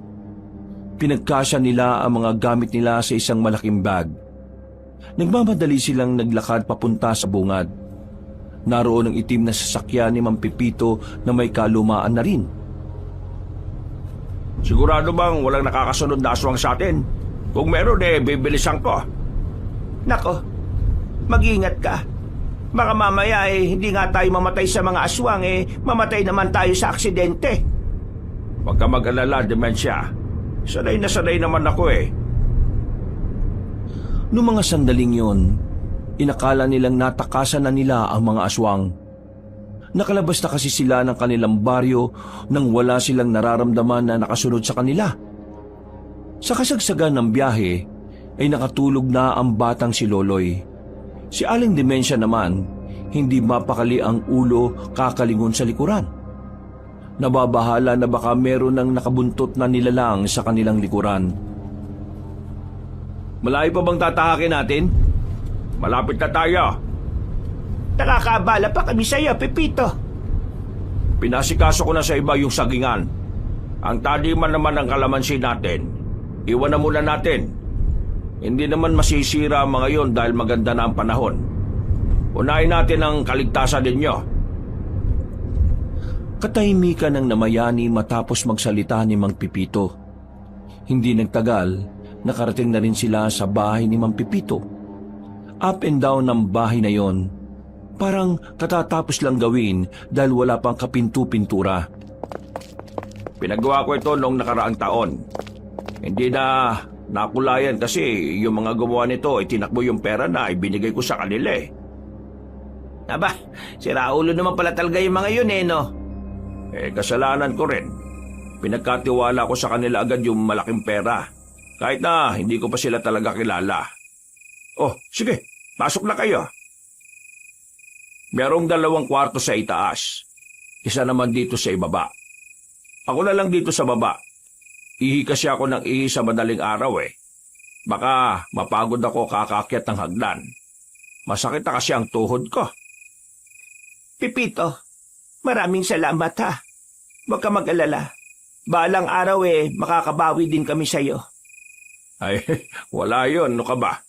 Magkaibigan naman tayo. Magkaibigan lang? Uy, para kang sira. Nando, Miko, samahan niyo muna ako. Teka, saan naman kayo pupunta? Total, itong bahay na ito ay napapalibutan ng mga puno at malapit din sa kagubatan. Gagawa kami ng mga patibong. Para kung sakaling nandyan sila, maririnig namin kahit na nandito tayo. Gagawa po kami ng mga pangkalansing para kapag nasagi ng mga aswang, malayo pa lang sila makakapaganda na tayo. O sige, mag-iingat kayo ha. Hindi ko kabisadong kagubatan dito Tumungo na lamang ang 3 lalaki. Kahit hindi pa nakakapagpahinga ang mga yon, ay agad na ring lumarga ang 3. Samantala, naganda naman ang makakain si Mang Pepito. Bago kasi sila magpunta doon, nakabili na ito ng mga lulutuin nila. Inihanda na muna ni Aling Demensia ang kanyang apo sa kwarto. Demensia, gusto mo bang sumama na lang sa akin sa Maynila? Delikado na ang buhay nyo rito Wag na, nakakaya na. Masyado ka nang naabala sa problema naming maglola. Isa pa kahit naman umalis kami dito sa probinsya natin, susundan at susundan pa rin kami ng mga aswang. Hanggat nasa batok ni Loloy ang medalyon, hinding-hindi matatahimik ang buhay namin. Pero kung nasa Maynila kayo, kahit na papano marami namang tao ron. May ilang mga aswang na lumapit sa inyo. Ang inaalala ko kasi, paano kung magpanggap lang din sila bilang pangkaraniwang tao at dukutin nila ang apo ko? Wala akong magagawa. Kung dito, kahit papano panatag ako dahil kasama namin si Roldan. Ay, ikaw ang bahala. Nagsasabi lang naman ako ng iba pang paraan. Maraming salamat, Pipito. Malaki ang naitutulong mo sa amin. Walang anuman. Basta Demensia, malalagpasan natin ang pagsubok na ito. May dala akong baril. Kung sakaling lumapit sila, pagbabariling ko sila. Marami pa naman akong bala dyan. Mag-iingat ka rin, Pipito. Alam mo naman, matanda na tayo. Mahina na ang katawan natin. Huwag ka mag-alala sa akin. Kayang-kaya ko naman ang sarili ko. Napangiti na lamang si Mang Pepito. Mga ilang sandali lang ay kaagad na rin silang naganda para sa kanilang hapunan. Hindi nagtagal, bumalik na rin ang 3 binata. Nakapaglagay na sila ng kalansing sa kagubatan. Bandang 9:00 ay tapos na rin silang maghapunan. Nagpapatunaw na lamang sila ng kinain. Si Aling Demensia naman ay sinamantala na ang kanyang apo sa kwarto. Nakatingin lang siya sa bata. Tiningnan niya rin ang medalyon na nakakabit sa ibaba ng batok nito. Huwag ka mag-alala po. Naniniwala kong malalagpasan natin ito. Kasama ng Panginoon. Aling Demensia, ayos lang ba na dito kami sa kwartong ito? Kasama namin? Oo naman. Malaki naman ang kwartong ito. Sa saig na lang kami. Para lang makasiguro kaming walang makakalapit sa inyo. Wala akong tiwala sa bintana na yan Huwag po kayo mag-alala. Wala naman pong malakas sumilik sa amin At hindi po kami malikot matulog. Magbabantay lang kami. Matulog din kayo. Wala na kayong maayos na tulog mula nang asikasuhin ninyo ang problemang ito. Tumungo na lamang si Roldan. Agad silang naglatag ng banig sa sahig. Maya-maya lang ay tinabihan na rin ni Aling Demensia ang kanyang apo. Nakaramdam na rin ng antok ang matandang babae.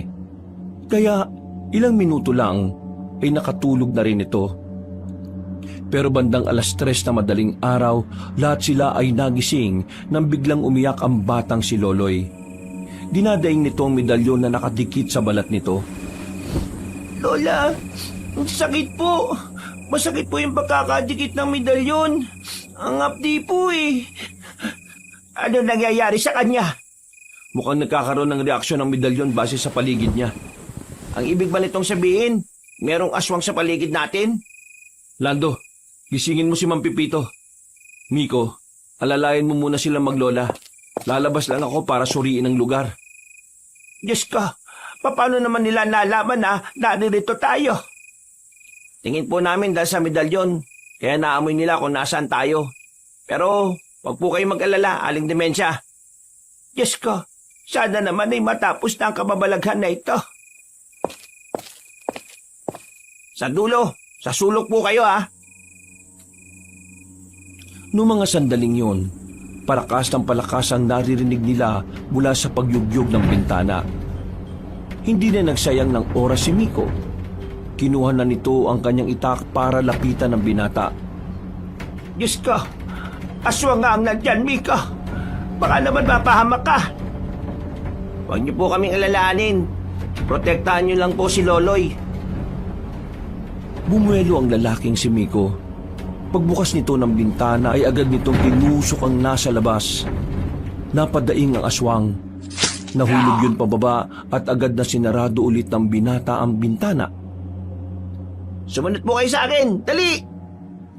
Nagmamadali silang lumabas ng silid.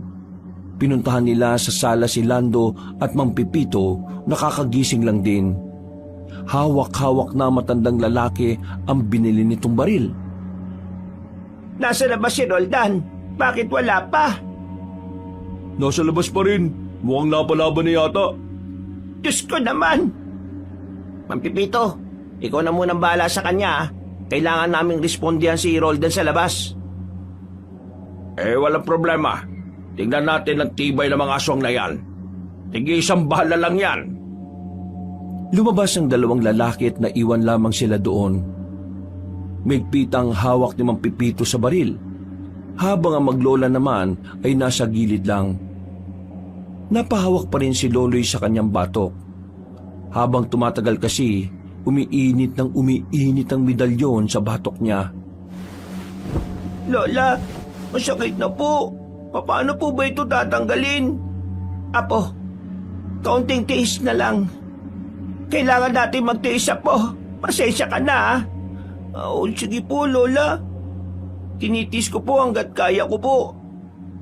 Sa mga sandaling yun, lalong nagiging tensyonado ang sitwasyon. Nakikita kasi nila sa labas na tila nahihirapan ang tatlong lalaki sa labas. Nang subukan namang tumulong ni Mang Pipito, ay pinapasok lang siya ulit ng tatlong lalaki. Pumasok na rin kaya kayo rito. Kailangan namin mabawasan ang mga aswang na to. Hindi sila pwedeng maipon, Mang Pipito. Pare, may umakit na sa bubungan. Ako nang bahala. Dito lang kayo sa harapan. Sigurado ka ba? Kaya na ni Lando yan. Sasama ka. Ang kulit. Ang babantayan mo lang ay yung maglola. Lalong-lalo na si Loloy. Hindi nila pwedeng makuha ang bata, no? Ay, sabi ko nga eh. Napapakamot na lamang sa ulo si Mang Pipito. Muli itong bumalik sa loob. Noong mga sandaling yun, kahit na papaano ay nasasabayan nila ang mga aswang. Pero sa mga nakalipas na sandali, napansin nilang tila mas dumarami na ang mga aswang. Ang iba ay malapit nang makapasok sa loob ng bahay dahil nabasag ang bintanang salamin sa kusina. Demensya, umatras kaya. Papuputukan ko na mga sinaulong aswang na ito. Mag-iingat ka. Masyado ng perwisyo ang mga ito eh. Pinagbababaril ni Mang Pipito ang aswang na pinagpipilitang pagkasyahin ng sarili sa bintana. Agad namang yung namatay. Bulagta ang aswang. Hindi pa nakontento si Mang Pipito, pinagbababaril niya pa ang ibang nasa labas ng bintana. Kaya tuwang-tuwa ang matandang lalaki na makitang tinatamaan niya ang mga yon. Maya-maya pa Pumasok na rin sila Roldan. Isinarado nila ang pintuan at tinarangan pa nila yon ng lamesa at sofa.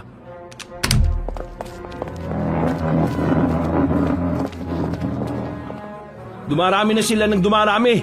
Hindi na namin sila kayang sabayan. Kailangan natin mag-isip ng ibang paraan. Kailangan natin makapunta sa sasakyan sa tapat. Umalis na lang tayo dito. Paano? Ang daming aswang sa labas. Hindi tayo aalis. Kahit saan tayo pumunta, masusundan pa rin nila tayo. Isa pa, mas delikado sa labas. Mas malaki ang tsansa nilang makuha ang bata kapag malawak ang gagalawan nila para gawin yon. Anong balak natin? Marami pa akong bala. Pero mauubos din ito kapag dumami pa sila. Kailangan nating tanggalin ang medalyon kay Loloy. Yun lang naman ang kailangan nila. Tanggalin? Di ba masasaktan ng bata kapag hindi lang medalyon? Di magandang ideya yan. Wala nang ibang paraan. Mamili kayo.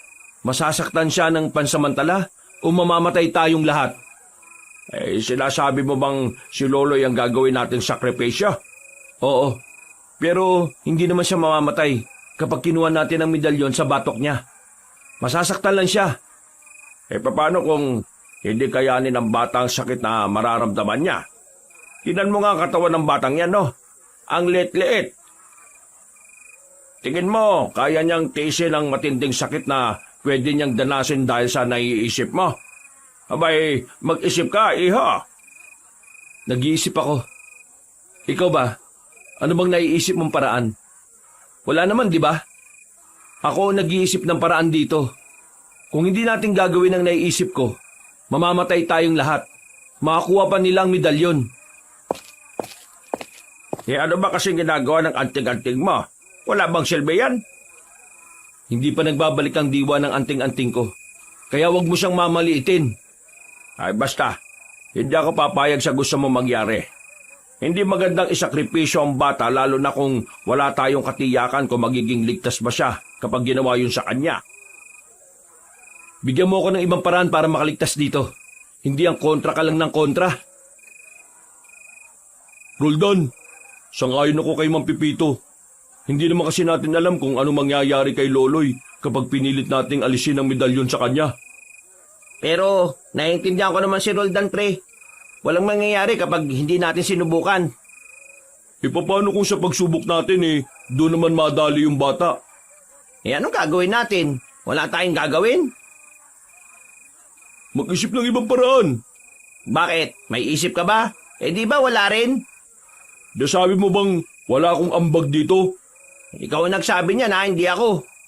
Parang yun yung sinasabi ng mga mata mo Tama na! Natahimik sila nang sumigaw na ang matandang babae. Ang boses ni Aling Demensia ay labis nilang ginagalang kaya agad silang natahimik.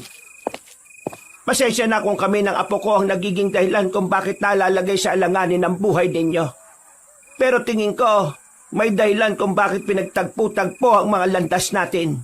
Siguro, hindi lang ito para kay Loloy. Baka tungkol na rin ito sa buhay ng mas nakakarami. Kaya nga, hindi magandang nagtatalo kayo ng ganyan sa kalagitnaan ng problema natin. Kasi tayo-tayo dapat ang makakasangga rito. Walang mangyayari kung mag-aaway-away. Ano nga po magandang gawin? Hindi ako papayag na sapilitang alisin ang medalyon sa apo ko. Pero meron akong naisip na ibang paraan. Ano pong naisip niyong paraan? Sabihin niyo po sa amin. Napansin ko na parang wala namang aswang sa likuran ng bahay na ito. Kaya ang naisip ko, dumana kayo roon. Magpapaiwan ako dito sa loob ng bahay. Magpapakita ko sa kanilang nandito pa ako.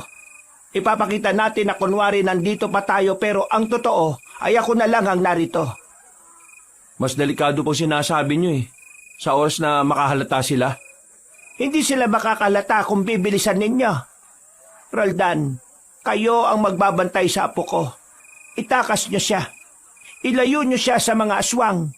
Pero pakiusap ko lang, huwag niyong hayaan na mapahamak ang apo ko. Pero, Iho, sige na. Pagbigyan mo na ako. Isipin mo na lang na ginagawa ito ng nagmamahal na lola sa kanyang apo.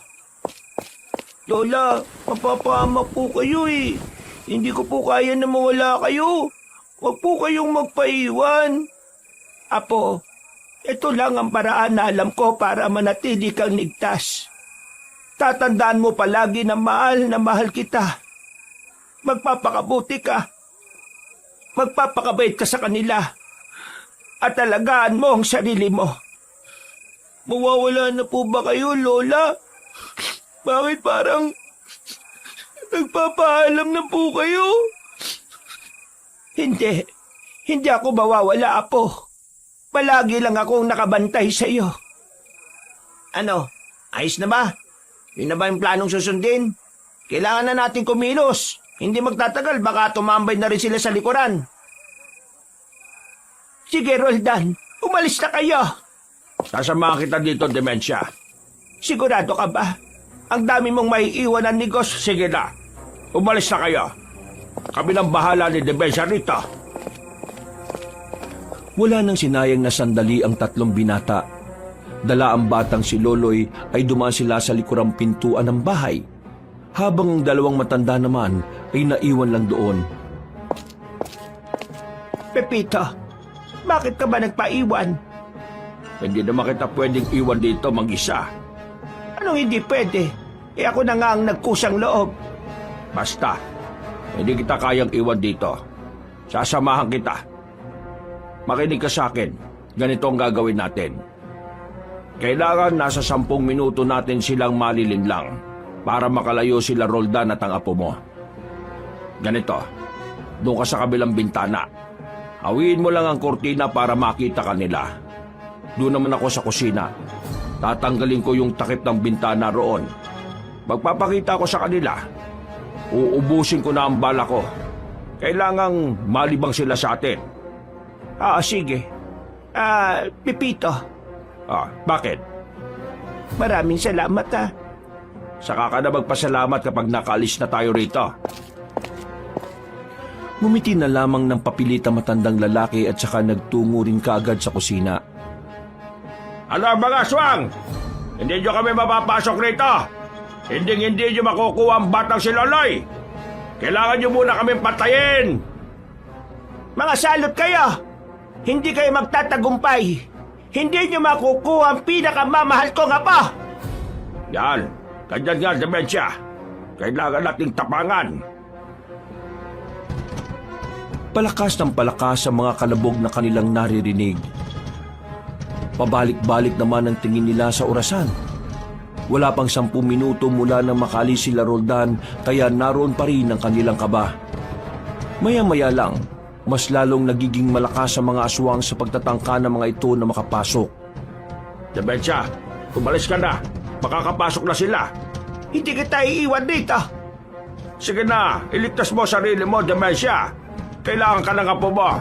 Sige na, umalis ka na. Kung mamamatay ka rito, mas maganda ng kasama mo ako. Mahirap mamatay ng walang kasama. Malungkot. Ayan, tigas naman ang ulo mo. Sundin mo na lang ang sinasabi ko. Umalis ka na, Dementia. Hindi ako aalis.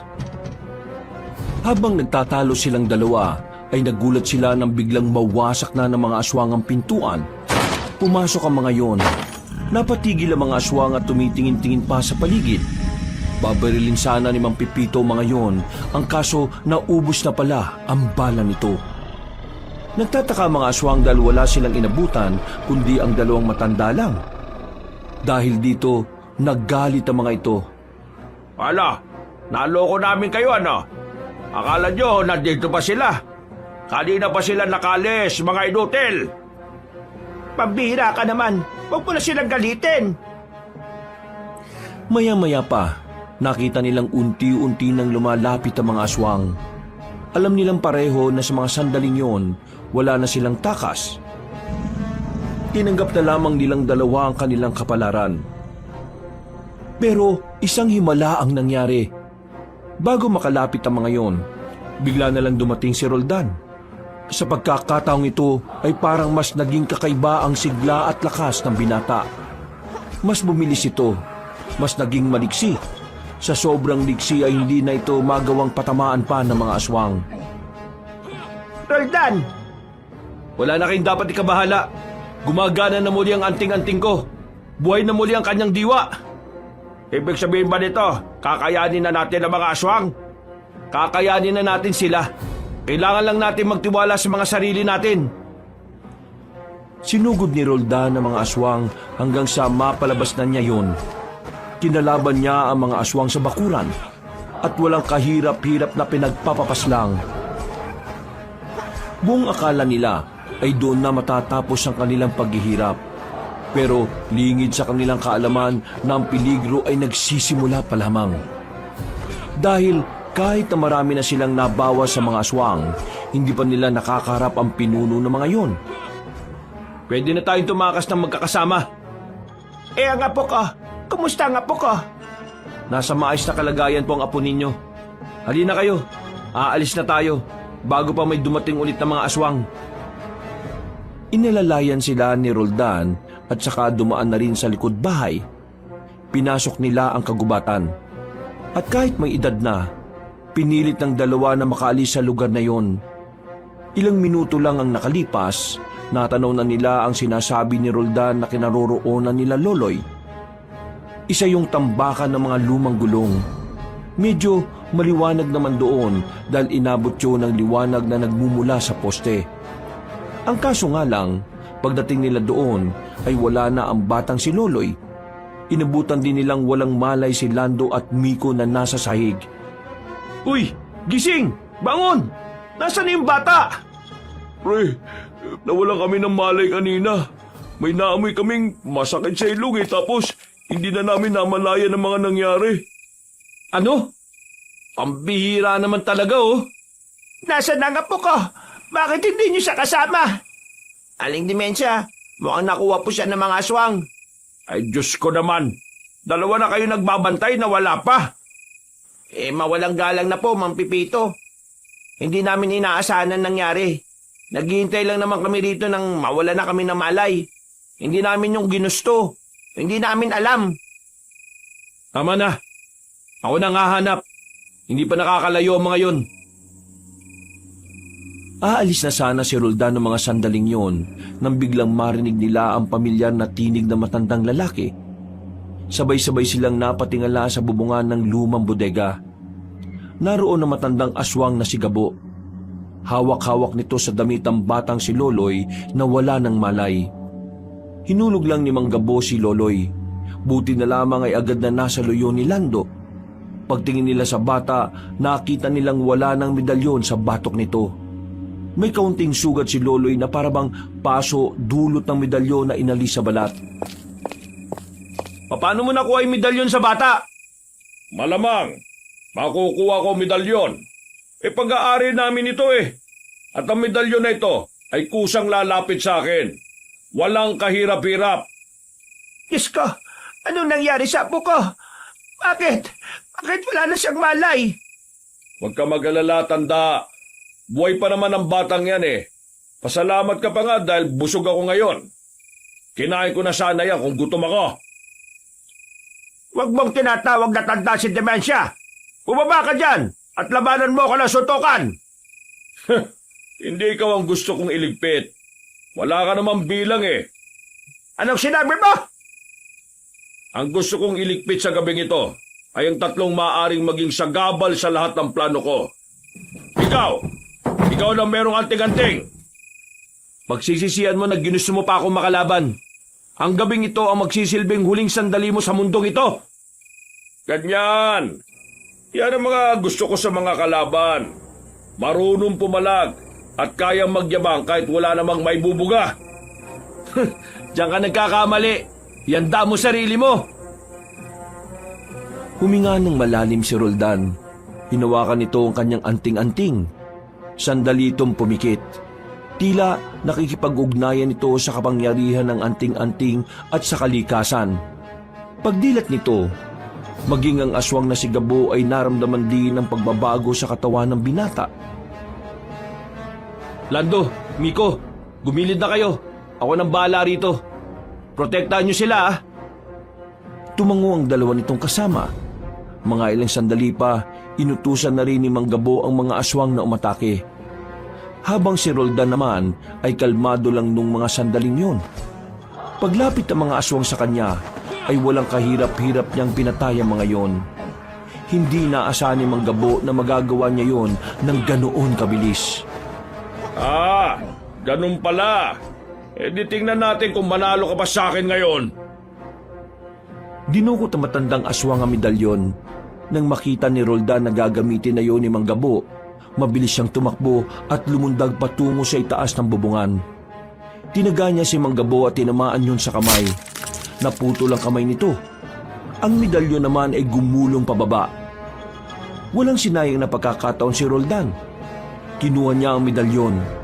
Ginamit ng binata ang kalakasan ng anting-anting para yupiin at sirain ang medalyon nang sa ganun ay hindi na ito mapakinabangan ng mga aswang. Maraming salamat at tinanggal mo ito sa bata. Hindi na ako mahirapang sirain ito. Anong ginawa mo? Bakit mo sinira ang medalyon ng pagiging immortal? Para maging patas na ang laban. Muling umatake ang lalaking si Roldan. Ang ibang aswang naman ay dumating.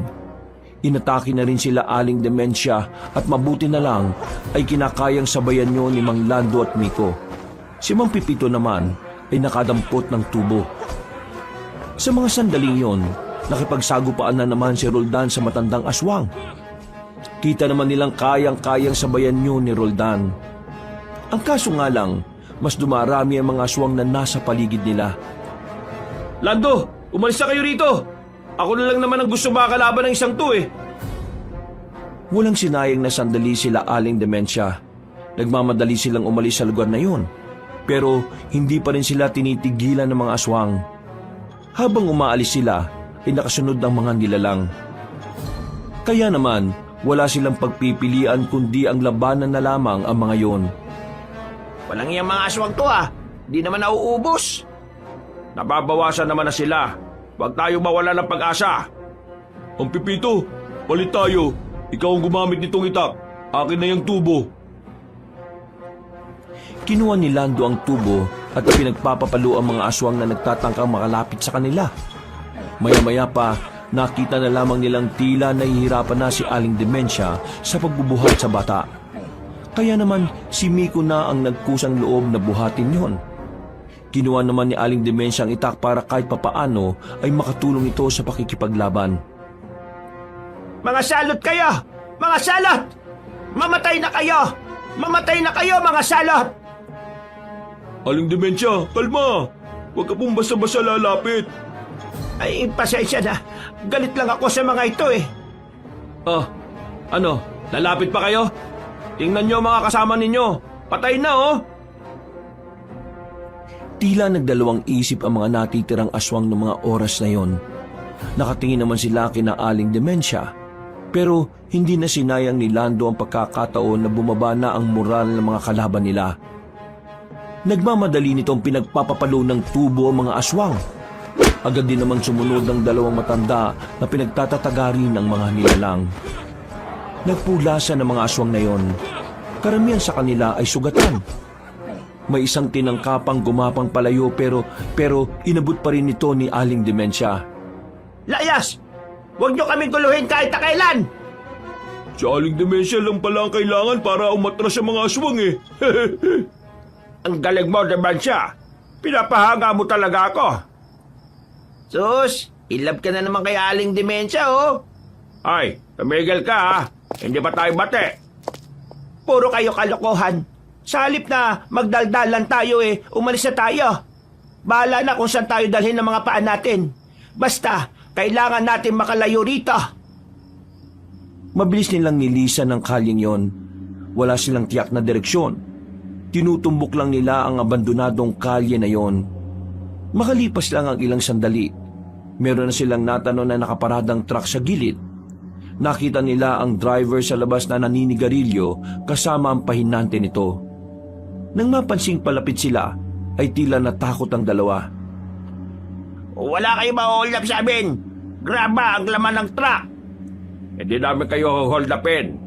Makikiusap sana kaming isabay nyo kami papunta sa baryo ng San Nicolas. Nagkatinginan ng driver at pahinante. Nagawa nilang makumbinsi ang driver at ang pahinanti nito kaya nagmamadali na silang makasampa. Nang bumabiyahe na sila, medyo lumuwag na rin ang paghinga ni Aling Demensia. Napatingin siya kay Loloy na sa mga sandaling yon ay wala pa ring malay. Nakabalik sila sa baryo ng Nicolas ng ligtas. Muli silang nagtungo sa unang bahay ni Mang Pipito sa harapan ng taniman ng kalamansi. Sira ang pinto nito, kaya trapal lamang ang pinangharang nila roon pansamantala. Mang Pipito, Aling Demensia, magpahinga na muna kayo. Magbabantay na lang muna kami, ha? Hindi. Tabihan nyo na lang matulog si Loloy. Kami na ang magbabantay rito. Mula nang makilala namin kayo wala na kayong ibang ginawa kundi ang magbantay. Wala na kayong matinong pahinga. Sige na. Kami naman ang magbabantay. Mukhang hindi naman na tayo masusundan ng mga aswang dito. Nakita niyo naman, natakot sila kanina. Sige na mga iho, kami nang bahala rito. Sus, gusto mo lang masolo si Aling. Umayos ka nga. Sige po, magpapahinga na po muna kami. Kapag may nangyaring hindi maganda, gisingin niyo lang po kami kaagad, ha? Tumango na lamang si Aling Demensia. Makalipas ang halos kalahating oras, nakakaramdam na rin siya ng antok. Pero pinipilit niyang wag matulog dahil walang makakasama sa pagbabantay si Mang Pipito. Pagsilip niya sa loob, napansin niyang mahimbing na ang tulog ng tatlo. Napangiti na lang siya dahil panatag na ang loob niyang nasa maayos na kalagayan na si Loloy. Kailangan lang talaga nitong makapagpahinga. Maya-maya lang, nagtaka sila dahil naramdaman nilang may tao sa likod ng tolda na tumatakip sa kanilang pintuan. Nanlaki ang kanilang mga mata nang biglang matanggal ang tolda. Bumungad sa kanila ang aswang na si Mang Gabo. Hindi ko matanggap na nagawa kong talunin ng isang pangkaraniwang tao lang. Kaya naman, isasama ko na lang din kayo sa impyerno! Sa sobrang pagkagulat, hindi na nila nagawa pang makasigaw para gisingin ang dalawang binata. Nang lalapit na ang matandang aswang, biglang humarang si Mang Pipito. Lakas loob nitong tinagahan ng itak si Mang Gabo. Tinamaan naman yon sa liig, pero nagawa pa rin tumindig ng aswang. Nanlilisik pa ang mga mata nito. Hindi rin naman nagpahuli si Aling Demensia. Buong puwersa nitong hinataw ng itak ang nasa harapan nila. Pero sa kasamaang palad, hindi pa rin tumutumba ang aswang na yon. Mabuti na lamang dumating na rin si Roldan. May mga sugat din ito sa katawan, pero naitarak pa rin ito ang itak sa likod ni Mang Gabo. Sumuka ito ng maraming dugo, nang mas ibaon pa ni Roldan ng mahabang patalim. Hindi mo ako matatakasan, aswang! Hindi! Hindi ito maaari! Paggugot ni Roldan ng itak ay saka na bumagsak sa sahig ang matandang aswang. Napahawak na lamang si Aling Demensia sa dibdib nito. Si Roldan naman ay napasandal na lang din sa dingding. Natalo nila ang mga aswang. Natalo nila ang kasamaan. Noong mga sandaling yon, napanatag na rin ang kalooban ni Aling Demensia. Masaya ang kanyang kalooban dahil sa wakas makakapamuhay na rin sila ng payapa ng kanyang apo. Kinaumagahan, nagising na rin ang batang si Loloy. Maayos naman ang pakiramdam nito, pero masakit pa rin ang bahagya ang batok nito. Mabilis na dumaan ang mga araw, balik na sa normal ang kanilang buhay. Tagabantay na ulit ng taniman ng kalamansi ang maglola. Habang si Mang Pipito naman ay napapadalas na rin ang pagpunta roon para kumustahin sila. Lalo na si Aling Demensia. Sa mga nangyari kasi, nahulog na pala ang kalooban ni Mang Pipito sa matandang babae. Hindi rin naman yon pinigilan ni Aling Demensia dahil mabuti naman itong tao. Mang Pipito, pwede ko na po ba kayong tawagin na Lolo Pipito? Ay, pwede naman. Pero dapat, magpaalam ka muna sa lola mo. Hindi pa pwede. Hindi ko pa naman siya sinasagot Sagutin mo na kasi, Aling Demensia. Huwag nang paligoy-ligoy. Uy, bakit ka ba nakikialam, Miko? Ibabaeng Pilipina yan si Aling Demensia eh. Mang Pipito, kaya niyo pa bang maghintay? Mukhang pahihirapan ka ni Aling Demensya eh. Kayang-kaya ko. Kahit pa hanggang sa dulo ng walang hanggan. Ay nako, sinabi rin niya sa akin ng mga nanligaw sa akin nung araw. Alam niyo, gusto ko rin naman si Pepito eh. Pero sa mga puntong ito, gusto kong ituon ang atensyon ko sa apo ko. Sa dami na nangyari, alam kong malalang trauma ang dinanas niya. Sana naiintindihan mo ko, Pepito. Sinabi ko naman sa iyo nung una pa lang na kahit na anong mangyari, hindi kita susukuan. Ay, ang sweet mo naman. Baka langgamin kayo dyan, ha? Kung lalanggamin sila, abay, mas maganda kung malalaking langgam. Aba, loko ka! Nagtawanan na lamang sila ng mga sandaling yon. Nilapag na rin ng 3 binata ang mga daladala nilang pagkain. Sabay-sabay nilang pinagsaluhan yon. Masaya, masigla at mababakas ang kapayapaan sa kanilang muka. Wala namang paglagyan ng kaligayahan ni Aling Demensya. Hindi niya kasi inakala na darating ang araw na makakabuo sila ng ganong klase ng samahan, na kahit hindi sila makakadugo, para bang isang pamilya ang kanilang turingan sa isa't isa. Wala nang mahihiling pa si Aling Demensya. Kontento na siya sa buhay na meron sila. Simple pero tahimik. Malayong malayo sa gulo at higit sa lahat, malayong malayo na sa kapahamakan na dulot ng mga salot na nilalang. Wakas,